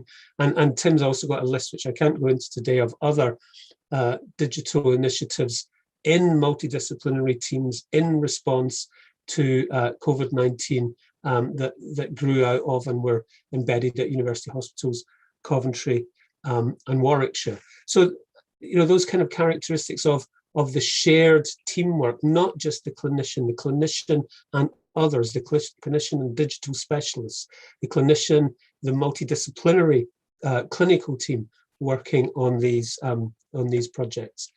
And one of where I want to finish is on what I'm going to call system learning from the experiences of our fellows, because we unleashed a bunch of enthusiasts, and Trish Greenhaw's work clearly suggests that enthusiasts aren't enough but that is what we did. And we supported and we unleashed enthusiasts, but we wanted to learn carefully about their experiences on the ground. We wanted to learn about what is it like to try to lead digital health change in the NHS. And if enthusiasts are not enough, what else do we need to address and to make the change happen? So we commissioned an excellent user research company, some of whose slides I'm going to pinch in what we're just about to see to finish. And this was to do some research, not about the program, but to ask the fellows about their experience on the ground, in the trust, trying to knock on doors, trying to make things happen, to make their digital initiatives stick. And we've got a really comprehensive set of findings, and I'm only going to scratch the surface of it today with some of the more obvious or some of the bigger findings, but there's a handful to share to finish with today. And the first is stating probably the blatantly obvious, but COVID has been a huge opportunity. It really has advanced the digital health agenda hugely, but also there's a need to consolidate, to maybe strip back things that were done in a hurry and to secure and advance the right changes. And that's been a real focus and a finding right across the board when we've talked to the fellows who've advanced not only their own, but other colleagues' digital work. Here's a slide here we paused the fellowship from March to September, almost inevitably last year. Could have paused it again as the second and third waves took root. And we asked the fellows in September, so, I mean, it feels like such a long time ago. We said to them, only 6 months into the pandemic, what progress has your service made in the last 6 months? And look at these figures. These are 47% saying this has changed, that it's not going back. Or a third of them saying it's been really fast, it's been really radical. It's been so much easier to get off the ground. We used to think that the barriers were concrete, as one of them said to me during this session, but we discovered they were cardboard. And in the research project, simple quotation, that the COVID situation really has moved the digital agenda forwards decades. But the fellows also said to us, and this is more about the program, but it's also about the way in which they worked in their trusts, that being part of a multidisciplinary community has been almost the thing they valued highly. That's both the community of each other, the community of the fellowship, but the community that we've made possible for them to join by buying their time out so that they can go and embed themselves with teams. And that multidisciplinarity came through again and again in the research that we did. And there's a quotation here, I know you can all read, I'm not going to read it to you, about how also some of our fellows felt this multidisciplinarity, we're still a stranger to it in so many places, and we could do more of it in order to move digital change forward. The next set of findings, no great kind of rocket science here, and in fact they kind of echo the Trish Greenhaw team's paper, which is that it's the organizational and it's the cultural factors that can really make or break digital change. And we found many, and I'm only listing 3 here, but in particular, the greater the local leadership buy-in, the greater the success. The greater the investment in the infrastructure and in the teams, the greater the success. And one of the recurrent issues that we encountered was that we encouraged a kind of, let's say, an internet first, a digital first mindset, which is often about agile development, developing in small increments, learning, getting feedback on your small increments to move things forward, and how that was almost out of kilter with the kind of hierarchical, try and know everything before you do it structure of the NHS. And there's 3 quotations I'm going to share but not read, just as a way of sort of helping you get a sense of some of the things we found from unleashing these enthusiasts into these organizational and cultural minefields that they had to navigate. Here's one that said it was, we struggled because the infrastructure isn't there for us to really take advantage of the data work we want to do or the team working we want to advance. Here's another about, again, infrastructure. The more we're looking at, and it probably goes back to Enda's presentation from 2 presentations ago, very much about joined-upness, that joined-upness of the patient data. Mo, again, talking about this. We haven't got that. The more we've got that, the easier we can build on top of. And there's back to that point about that kind of culture clash between the sort of culture of the digital economy and maybe the culture of the health economy, and how we're rubbing them up against each other, and it's quite interesting to see where that lands. And a final point really for now is that, you know, we talked to the fellows particularly towards the end of the cohort, and you know, they effectively said to us that NHS lacks sufficient integrated training opportunities for digital health clinicians. You know, we need pathways to make this kind of work the primary purpose of certain groups of clinical professionals, because there's plenty that want to take advantage of it, not just some isolated kind of enthusiasts clubs.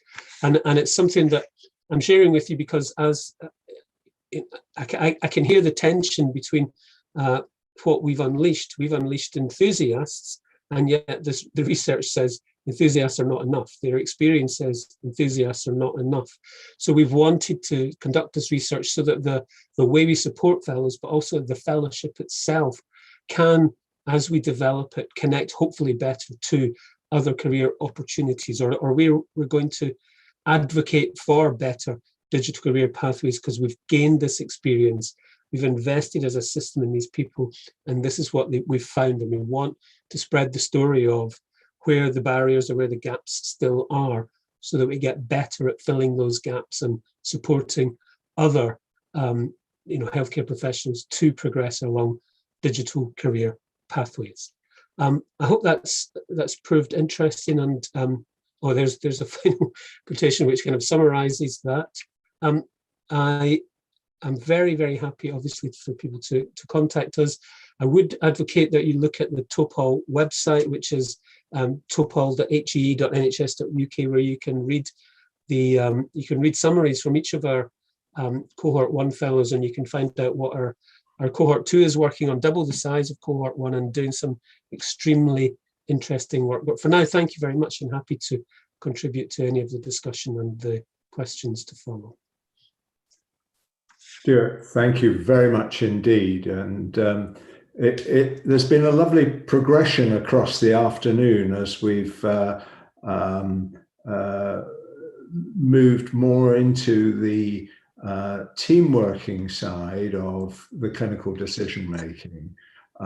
We started very much with the focus on the individual patient, but inevitably and predictably, we have realized that the collaboration and co-production in today's world, it's very much the team, and the emphasis for that has come through very strongly as Stuart has been talking. I want to open the discussion by going back to something that Enda said, really, which was when you talked about the patient contribution to data, the question really is, how can we ensure from the sort of evidence side of clinical decision making, how can we ensure that patients are contributing to the evidence without vomiting it, in the words of Liz? I mean, how can we actually get this sharing going? Enda, I don't know if you could say any more about that slide where you were talking about the data that was producing in the Oxford project, and where patients can contribute their data. I think, and this is it's a more practical example maybe in what we've been doing in fertility, or in and around, say, pregnancy, maternity, or more so in the private sector, where patients may be moving from clinician to clinician, and there's no ability to, at the moment, they've got to go and request their notes, and their notes then are transferred. There's no ability to transfer digital imaging from one center to the other unless you're taking it in a memory stick. So what we have with, for example, in fertility, if a patient comes along for IVF, we want them to upload through their patient portal their previous history, their previous records or previous maybe IVF experience. There are blood tests from the GP that maybe we haven't got because they're from somewhere else. So it's more of that what would have been hard notes as opposed to here's my heart rate over the last 12 hours. That's actually of less importance for us at the moment. So again, it's more of the non-sexy stuff data as opposed to the big data, which would come later. Right. Yes. So we've a way to go in the sort of personalizing in the personal data that's coming into it, so that the patients become individual in the project that their individuality is visible to the clinicians they're dealing with. Yeah, but you can do if you, I think, my perspective, if you get the infrastructure right on your digital platform, then you can do your plug-in of your apps, so that if I have uploaded and you've uploaded in your patient portal your basic blood test, your AMH reserve, then there are those apps that you can plug in that will say we can now export that into the app that will give you a predictability of what's going to happen. And you can have an input into that data being transferred into that app. That's great. Thank you. Now we have another question here, which is, with healthcare appointments with GPs, consultants, etc., being increasingly used for individuals with mental health needs, how can digital offer be beneficial to services who support people who have needs with their mental health? So would any of the panelists like to contribute to that one? We've done a pilot work on this up in the north of England, where we've been working with some mental health trusts on using teams, reconfiguring teams, so that you can actually have group sessions with non-identifiable. You can have breakout rooms. So again, you can set up infrastructure digitally that would mimic what you would do in a real life scenario. Now, then, if you want to in that, and if there is the buy-in from the individuals, then you can plug in things like the Microsoft soft data analysis of interactions and sort of non-verbal cues. So again, it's basic stuff, not the wearable devices, again, sexy stuff, but it's how do you get a group of people together for a group session in a COVID scenario, and how do you keep privacy, and how do you protect data, and how can you pick up on non-verbal cues, that sort of stuff. And those few trials we've done have actually went extremely well, and now they are being picked up by other trusts. Thank you. And a question for Luke and Bryn, which concerns really third parties. Or, well, I wouldn't really call them third parties, but the parents of young people who are at Prior's Court. Do they, the data collection project and the big data analysis projects and so on, are the parents contributing both data and hypotheses into this work to try and predict the adverse incidents with young people? So currently, a lot of the data that's recorded within Prior's Court is quite sensitive. So the parents have a much more simplified version of the system that we have. So they see less information about the young people than we do. And in terms of their input into the system, as they don't see the full version of the system, it's at this stage, it's hard for them to make suggestions as they don't see the same system that we see. But things like when you're looking at diet, I mean, I found that very interesting when you were looking at the influence of diet and so on. That's the sort of thing where I suppose parents could contribute their perspectives and their evidence on that. Most definitely, yeah. So the parents are able to see everything that their children eat. However, with our data, with the case study that we did there, it was very hard to see it was hard to see the trends coming together until we collated it together into the graph. So the parents wouldn't necessarily make that association there. So until you sort of It's about using the vast quantity of data that we have and then actually using it, rather than at the moment it is just on the system, and it's about finding ways to collect the information. Yeah, in regards to actual inputs from the parents themselves, no, it is not currently. We're not getting the information of what they are, say, eating at the household, which is why you saw some quite significant drop-offs in just consumption in general. And it's just because the data wasn't there. I think that is something that's being looked into, but at present it's not available, which is unfortunate, especially when some individuals do spend quite a significant portion, say they go home for weeks at a time, go home every weekend. And if certain family members aren't religiously following specific guidelines or being as consistent as staff are here, there is going to be some discrepancies in data, but it is, I think, something that is being worked on. Thank you. Yeah. And then, Stuart, the importance of the collaboration between the Topol fellows. I'm struck by something that relates back to when the digital healthcare science course was in evolution. It was a previous chair of our department, the late Lord Bhattacharya, who was talking to a previous Secretary of State for Health, and their joint conclusion was that in health there were two tribes essentially. That the investment of health into digital had gone to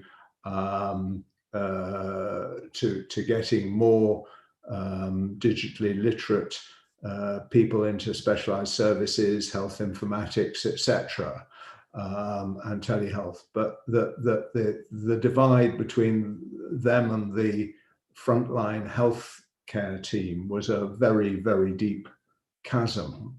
And it strikes me that from what you were saying, that whether as a result of Topol or whether as a result of the pandemic or a variety of complex influences, that the need to develop health and social care and the need to develop it digitally has coalesced enormously.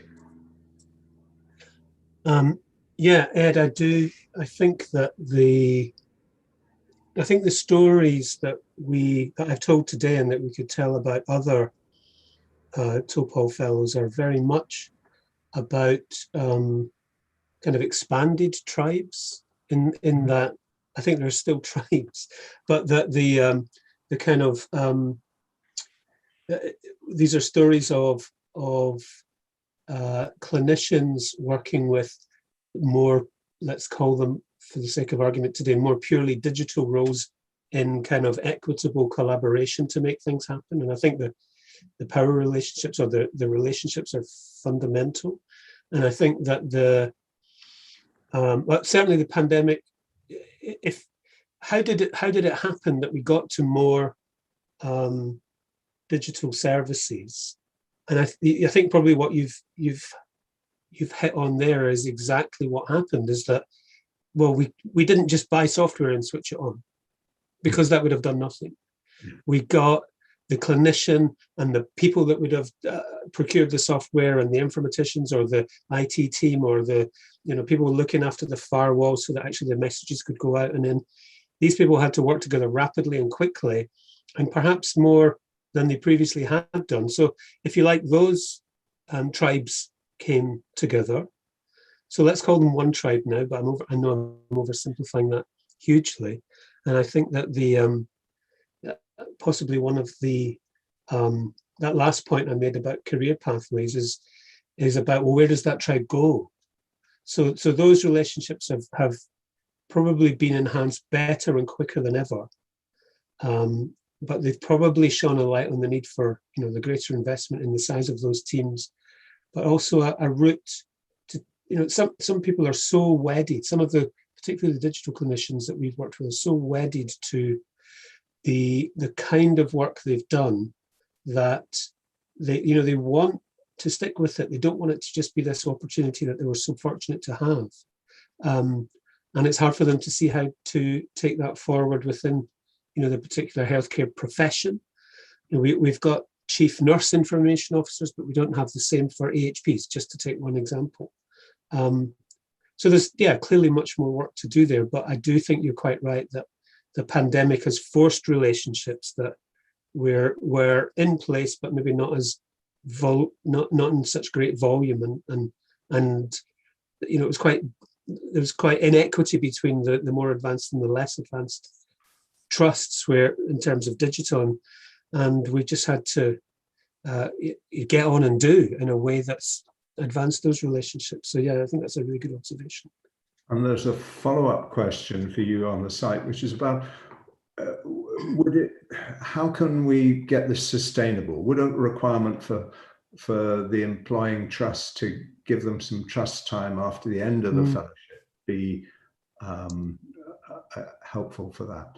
I'm absolutely, of course. You're not going to say no to the time ever. So yes, of course. But so to make it a condition, yes. We've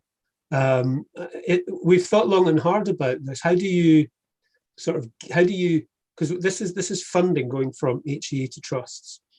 And the more that we can see trust buy-in, the more we'd like to back the trust. So, we've been asked questions about, well, should it be a 50-50 investment? And that might be fine, but it might actually then favour the already wealthy, let's just put it that way. But that we are trying to think about those models that sort of structure even who we recruit to be fellows, so that we don't just get these enthusiasts that are phenomenally brilliant individuals. We need them to be surrounded by a great trust or a greater team or more support. And if that's one way of doing it, so be it. Yeah, that's a good idea.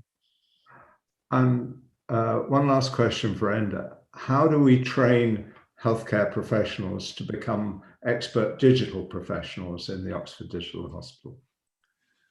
So the first thing I would very clearly say that I'm not a digital expert, but and that's again very clearly. I went to medical school and I didn't go to an IT school, and I think that is where doctors can sometimes have a bit of mission creep.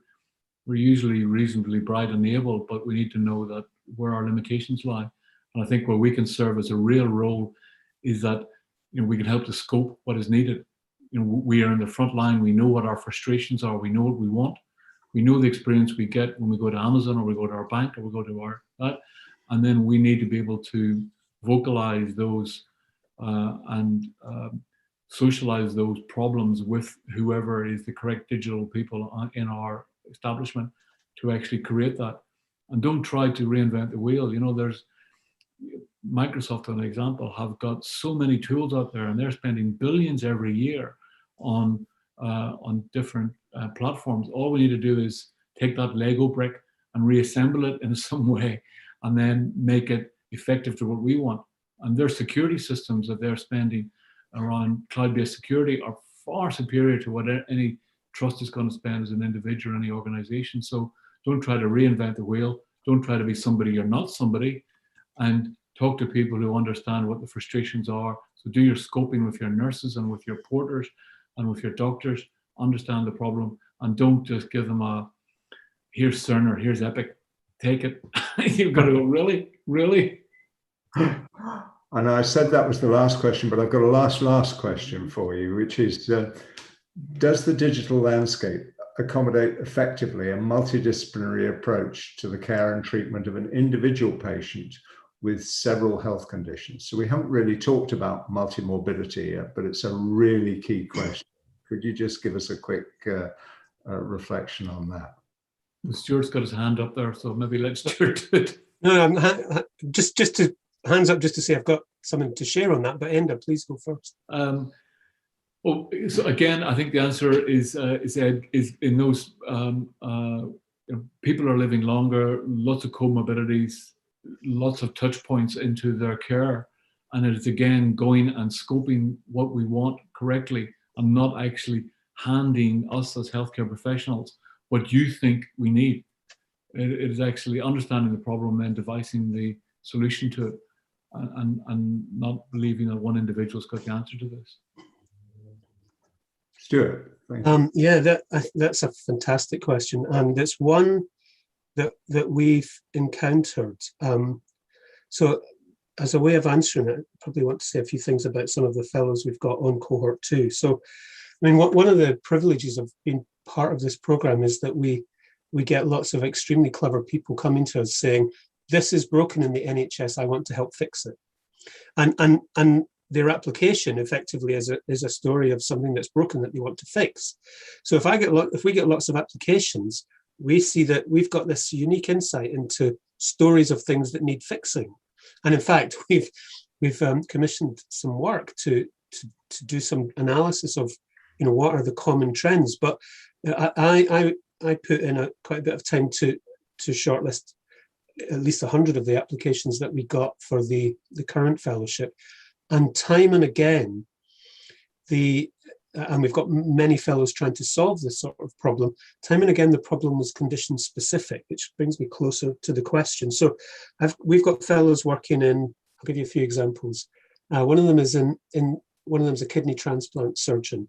One of them is a nurse out in the community, working to ensure that the multidisciplinary care plan for patients being cared for in the community happens. One is an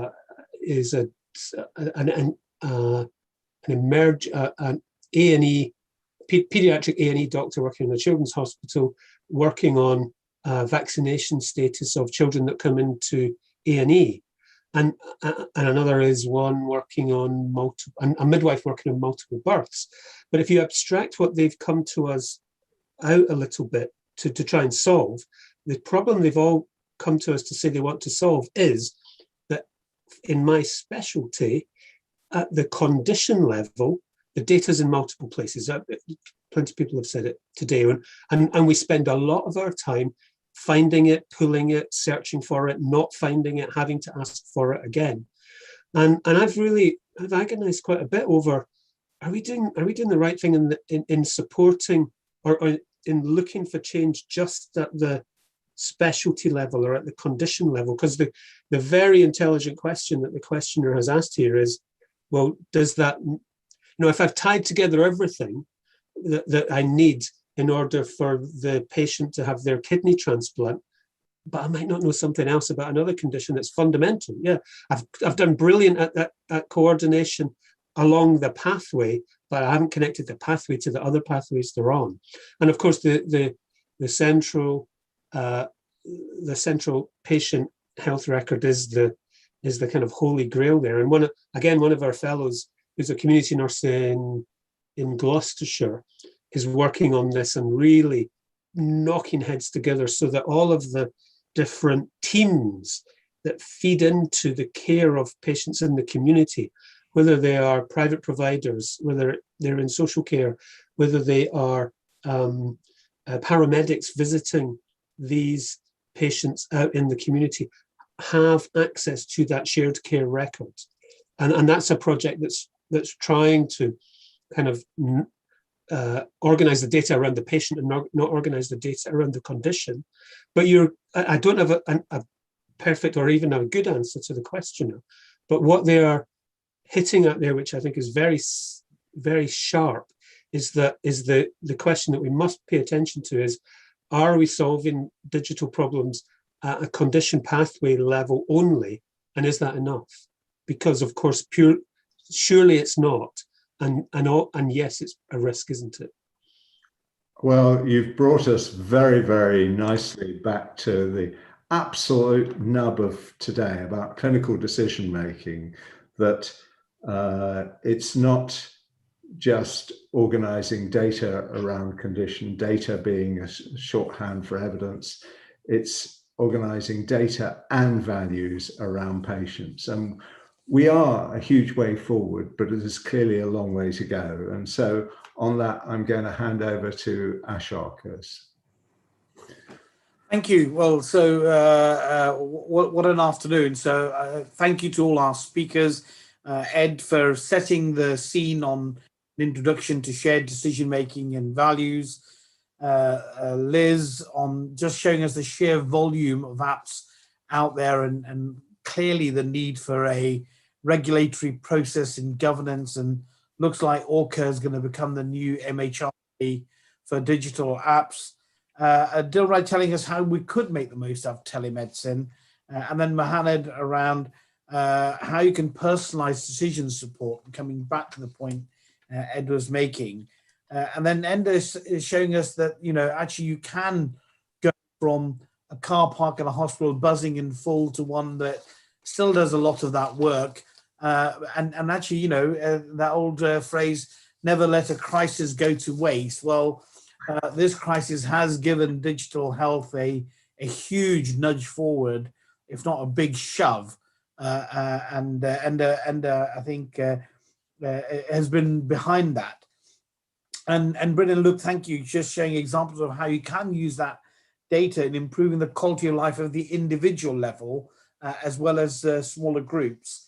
And then finally, Stuart, the amazing Topple digital fellowships and what that program is bringing to those individuals and developing this community of digital interprofessional health workers, as well as giving something back to their local trust. And I'm really going to be looking forward with interest to how that shapes out. And so I just want to remains me to say thank you to all of our speakers, those who have been listening. We will be uploading all of this onto our YouTube channel through the website in the next couple of weeks, but also to Ed for suggesting many of the speakers, possibly nudging them to come along.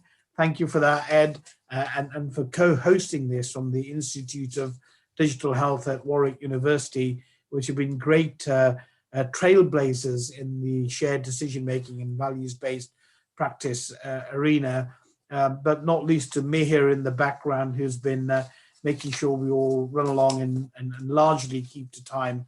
And then finally, Bill, I don't know if you have a final word for us, who's the founding director of the Collaborating Centre. Bill, any last words for us? Well, Ashok, I think you covered it wonderfully. And I guess two quick words. One is that you mentioned Mihir at the end there. Mihir, I think, is a very good example of how the right person can make the digital work. I say that as somebody who's exactly the opposite. I'm Liz, I think you mentioned about the digital divide. I'm firmly on that note, Bill, could you lower your webcam a little bit, please? We only see your forehead. There we go. See me now? So I'm just saying I'm sort of somebody who still uses a propelling pencil. I think what I'm taking away from this wonderful webinar, I absolutely need to get a smartphone. So thank you all very much. Bill, I think there's an agenda for the collaboration here. I think we need to explore tribalism a bit more in the collaboration. Okay, thank you, Ed. Yeah. Thank you all, and hope you have an enjoyable rest of the day. If the speakers could just stay back for a few minutes, please, that would be appreciated. Thank you.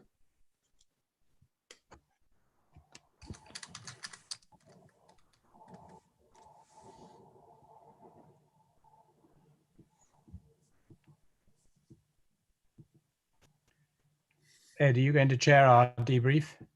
I as tribal chief.